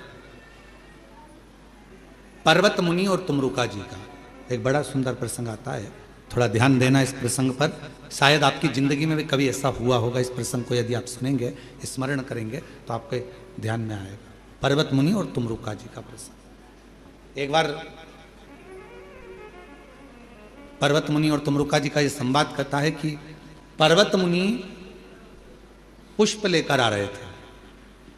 जितने भी आस्था चैनल पर सुन रहे हैं, फेसबुक यूट्यूब पर कथा सुन रहे हैं, या बाबा देवादिदेव महादेव की पवित्र कंकर शंकर की भूमि पर कथा सुन रहे हैं, थोड़ा ध्यान देना। पर्वत मुनि पुष्प लेकर आ रहे थे और पर्वत मुनि जब पुष्प लेकर आ रहे थे, इतने में पुष्प ले जाते वो तुमरुका जी के पास रुक गए और तुमरुका जी से उनका संवाद होने लगा, बात होने लगी।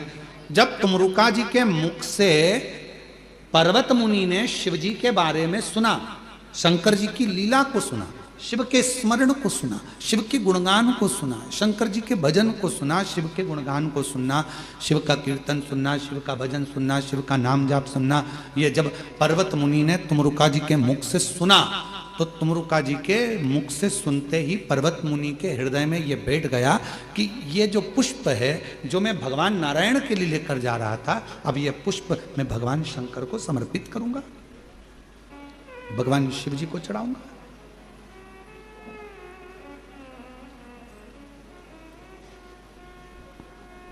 पर्वत मुनि ने पुष्प लिए और पुष्प लेकर भगवान देवादिदेव महादेव को चढ़ाने के लिए चले। तुमरुका जी ने पर्वत मुनि को रोका, ये पुष्प कहां लेकर जा रहे हो? तो कहा ये वाले जो पुष्प हैं मेरे पास में, ये तो मैं भगवान विष्णु के लिए लेकर जा रहा था। अच्छा, तो अब ये पुष्प कहां लेकर जा रहे हो? तो कहा इस पुष्प में से थोड़े से पुष्प मैं देवादिदेव महादेव को चढ़ा दूंगा। थोड़ा ध्यान देना कथा पर। तुमरुका जी ने पर्वत मुनि से कहा, यदि तुम पुष्प तोड़ कर लेकर आए, उतार कर लेकर आए, किसके लिए? जम के बोलो, भगवान विष्णु के लिए। अब तुम क्या कर रहे हो कि इस पुष्प में से मैं थोड़े से पुष्प भगवान शंकर को चढ़ा दूंगा। तुमरुका जी ने कहा, तुम्हारा वो पुष्प अब शिव स्वीकार नहीं करेंगे। दिल से, मन से जो पुष्प था तुमने वो भगवान विष्णु को दे दिया है। अब तुम शंकर को कुछ मत दो, वो पुष्प श्री हरि नारायण को ही दे दो। शिव को तो केवल हृदय से प्रणाम कर लोगे तो भी शिव स्वीकार कर लो, स्वीकार कर लो। हमने कई माताओं को देखा है, कई लोगों को देखा है, फूल वाले के यहां जाते हैं, माला देना साहब, कितनी माला चाहिए? 2 माला दे दो। किसके लिए? हमारे आज दादाजी का श्राद्ध है, दादा दादी का श्राद्ध है, 2 माला दे दो। उन्होंने दादा दादी के लिए माला ले ली, श्राद्ध की माला ली, और माला लेने के बाद फिर फूल वाले से कहा इसमें थोड़ा सा फूल भी डाल दो। क्यों? तो वो थोड़ा पूजन में काम आ जाएगा, फूल डाल दोगे तो। अब तुमने माला ली दादा दादी के लिए, माला खरीदते समय तुमने पुष्प ले लिया, वो पुष्प तुम लेकर आ रहे थे दादा दादी की माला के लिए, भाव तुम्हारा दादा दादी के प्रति था, श्रद्धा तुम्हारी दादा दादी के प्रति थी, पर पुष्प तुमने जो लिया वो लेकर जरूर आए हो, पर उसमें श्रद्धा, उसमें विश्वास, उसमें मन की एकाग्रता नहीं है, उसमें मन की एकाग्रता नहीं।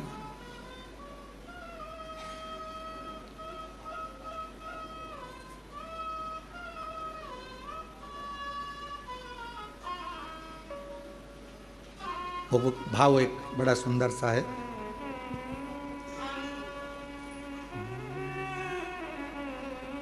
बड़ी दूर से चल कर आया हूँ मेरे बाबा तेरे दर्शन के लिए, मेरे बाबा तेरे दर्शन के लिए, बड़ी दूर से चल कर आया हूँ मेरे बाबा तेरे दर्शन के लिए, मेरे बाबा तेरे दर्शन के लिए। एक बेल पत्र में लाया हूँ, एक बेल पत्र में लाया हूँ, चरणों में तेरे अर्पण के लिए एक बेल पत्र में लाया हूँ, चरणों में तेरे अर्पण के लिए बड़ी दूर से चल कर आया हूँ, मेरे भोले तेरे दर्शन के लिए बड़ी दूर से चल कर आया हूँ, मेरे बाबा तेरे दर्शन के लिए, मेरे बाबा तेरे दर्शन के लिए एक बेल पत्र में लाया हूँ, एक बेल पत्र में लाया हूँ, चरणों में तेरे अर्पण के लिए एक बेल पत्र में आया हूँ, चरणों में तेरे अर्पण के लिए। कुछ नहीं लाए हम बाबा को, केवल निर्मल मन से, निर्मल हृदय से, चित्त से, भाव से, दिल से बाबा को समर्पित करें। नहीं है तुम्हारे पास में पुष्प, नहीं है तुम्हारे पास में वस्तु, नहीं है तुम्हारे पास में, ये बंद पड़े हैं, सुनो इनको कान लगाओ। नहीं है तुम्हारे पास में वस्तु, नहीं है तुम्हारे पास में देने के लिए कोई सामग्री, तो शिव को हृदय दीजिए, भाव दीजिए, निर्मल भक्ति दीजिए, निर्मल मन दीजिए, हृदय दीजिए। नहीं चाहिए उनको कुछ। दरवाजे पर भगवान शंकर हैं, शिव की प्रतिमा है, और दरवाजे पर जब शिव जी की प्रतिमा है, सती मैया ने देखा कि कहीं शिव नहीं, सती मैया देखी कि कहीं शंकर नहीं, शिव नहीं, दौड़ पड़ी। सखी ने कहा तेरे पिताजी ने शंकर जी को तो दरवाजे पर खड़ा कर रखा है, पाषाण की मूर्ति है, शिल्पियों ने बनाई है, पत्थर की मूर्ति है।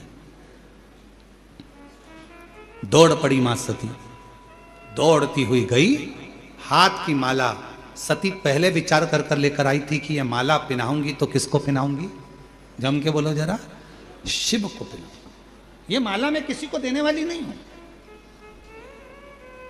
ये माला अगर पहनाऊंगी तो मैं भगवान शंकर को ही पहनाऊंगी, देवाधिदेव महादेव को ही पहनाऊंगी।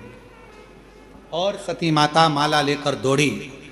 आप अगर एक बेलपत्र अपने गांव से आ रहे हो, लेकर भी आ रहे हो, ये विचार कर लाए हो कि ये बेलपत्र मैं चढ़ाऊंगी तो कुबेरेश्वर बाबा को ही चढ़ाऊंगी, तो वो बेलपत्र कैसे भी घूम फिर कर पहुंचे, चाहे कैसे भी जाए, वो कुबेर भंडारी के पास पहुंचता जरूर है।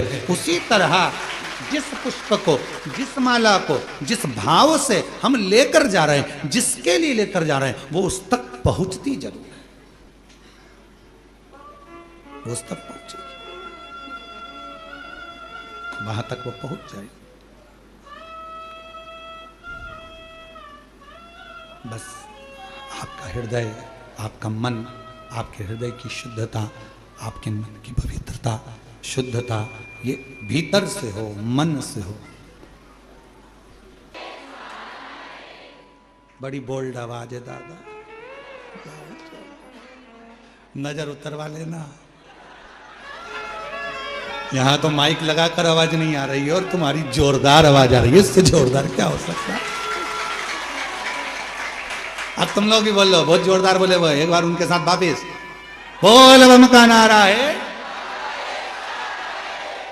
आश्रित हो शिव पर, और जितने शिव पर आश्रित होगे, जितने शंकर पर आश्रित होगे, उतने अपनी जिंदगी को सुखमय जियोगे अपने जीवन। माला शिव के लिए थी तो माला शिव के लिए लेकर माता सती दौड़ी है।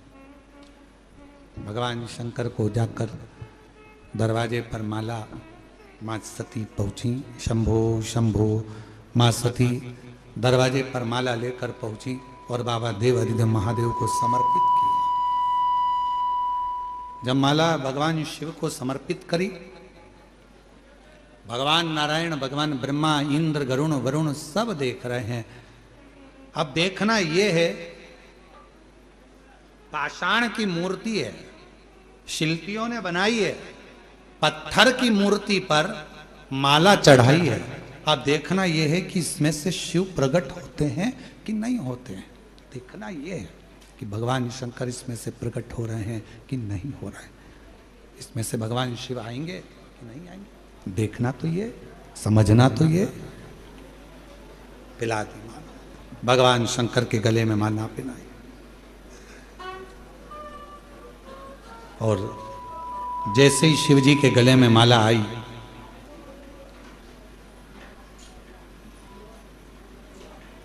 माला केवल पिनाई थी, कुछ देर में उसी पाषाण की मूर्ति में से मेरा देव अधिदेव महादेव प्रकट हो गया। मेरा शिव प्रकट उसी मूर्ति में से।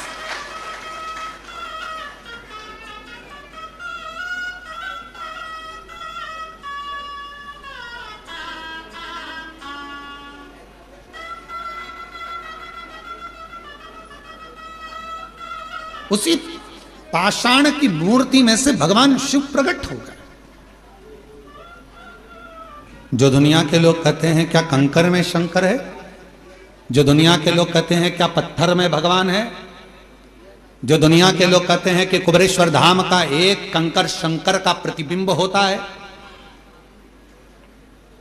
हम उनसे निवेदन करेंगे, अगर दिल से तुमने कुबेरेश्वर धाम पर आकर बाबा कुबेर भंडारी के कंकर की पूजन करी है, तो वो शंकर बनकर तुमको जिंदगी भर निभाता जरूर है। पूरा जीवन, पूरी जिंदगी मेरा देवाधिदेव महादेव निभाता जरूर है। ये कोई रिश्ता आज का नहीं है, ये रिश्ता पुराना।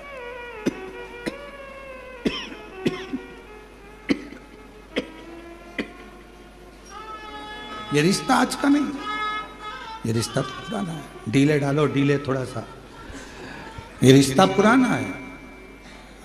आज का संबंध नहीं है, भोलेनाथ जी से संबंध पुराना है, पुराना संबंध। हम आपसे पूछें, एक बात बताओ, तुम बिना बुलाए किसी की शादी में चले जाते हो क्या? बोलो बोलो। नहीं। तुम बिना बुलाए किसी के घर पर चले जाते हो क्या? कोई फोन करेगा बुलाएगा तो ही तो जाओगे ना। कुबेरेश्वर धाम क्या तुम बिना बुलाए आ गए? कुबेर भंडारी ने तुमको इशारा कर कर बुलाया होगा, जो तुमने एक लोटा जल चढ़ाया होगा तो उसके फल से तुम्हें।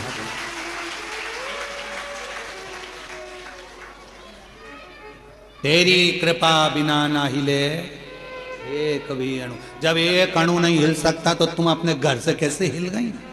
विचार करो, तुम अपने घर से कैसे हिल गए? गांव में अपने धनोरा में आराम से रह रहे थे, अपने अपने गांव में, दिल्ली में, जहां से आए, बिहार, हरियाणा, पंजाब, महाराष्ट्र, जहां से आए, सब अपने घर में थे। फिर तुम्हारी बुद्धि में सुन लिया तुमने, कथा हो रही है, जाना है, बस मन में विचार आया। फिर मन में विचार आया, तुम शिव जी को जल चढ़ाया दूसरे दिन। अब मन कर रहा है एक बार चली जाऊं कुबेरेश्वर धाम, मन कर रहा था। तुमने किसी से कहा नहीं है। फिर धीरे से प्लानिंग बनी। जो आने, तुमने भी देखा होगा दामोदर प्रसाद जी, जो आने वाले थे वो तो बेचारे धनोरा में ही रहेगा, उनकी जगह दूसरे टिकट में आ गए। बोलो सही है कि गलत है? आना किसी को था, आ कोई गया। अब जरा विचार करो क्यों? क्योंकि उसका फोन यहां से उसके लिए नहीं गया था। मेरे कुबेर भंडारी को जिसको बुलाना था उसको सीट पर बिठा कर बुला लिया। वो सोचता, ये वो जिसको बुलाना था उसको बुलाया, नहीं बुलाया। सारी तैयारी हो गई थी, अटैची तैयार, नहीं साहब हम चलेंगे, 15 दिन से करे थे, हमारा टिकट करो, हम तो चलेंगे, हमारी तैयारी हो गई, अटैची तैयार, जाने की तैयारी हो गई।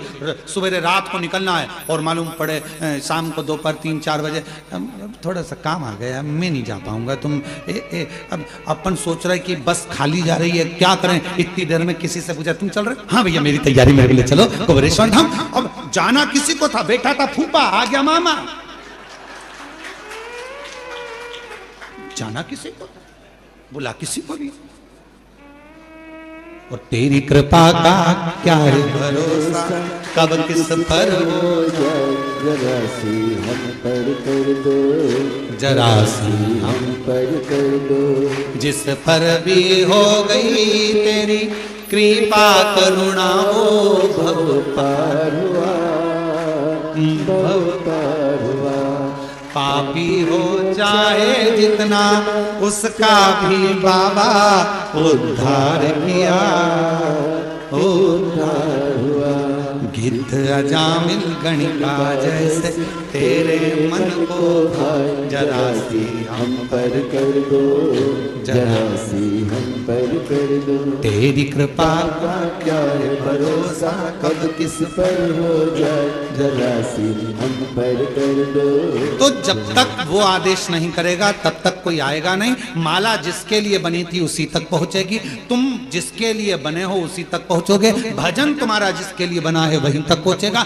जो शिव का है, तुम पुराने शंकर के रिश्तेदार हो इसलिए शंकर की कथा सुनते हो, तुम शिव जी के पुराने संबंधी हो, रिश्तेदार हो, इसलिए शिव कथा में तुम्हारा मन लगता है, तुम शंकर तक पहुंच जाते हो। ये शिव की कृपा से माता सती ने शिव जी के गले में माला पहनाई, शंकर जी प्रकट हुए, शिव जी ने अपने गले की माला निकाल कर मां सती को पहना दी। मंगल विवाह सती और शिव का हो।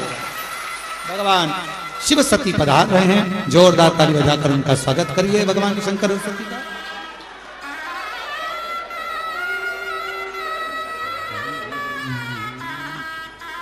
मां पार्वती जी शिव जी के गले में जयमाला पहना रही हैं, भगवान शंकर मां पार्वती जी के गले में जयमाला पहना रहे हैं। शुभ मंगल विवाह हुआ है। 14 नवंबर से 20 नवंबर तक शिव महापुराण की कथा देवघर झारखंड बाबा बैद्यनाथ जी की पवित्र धरा पर होने जा रही है। एक नंबर आप लोगों को दे रहे हैं, उस पर संपर्क कर सकते हैं जजमान बनने के लिए 8821073039।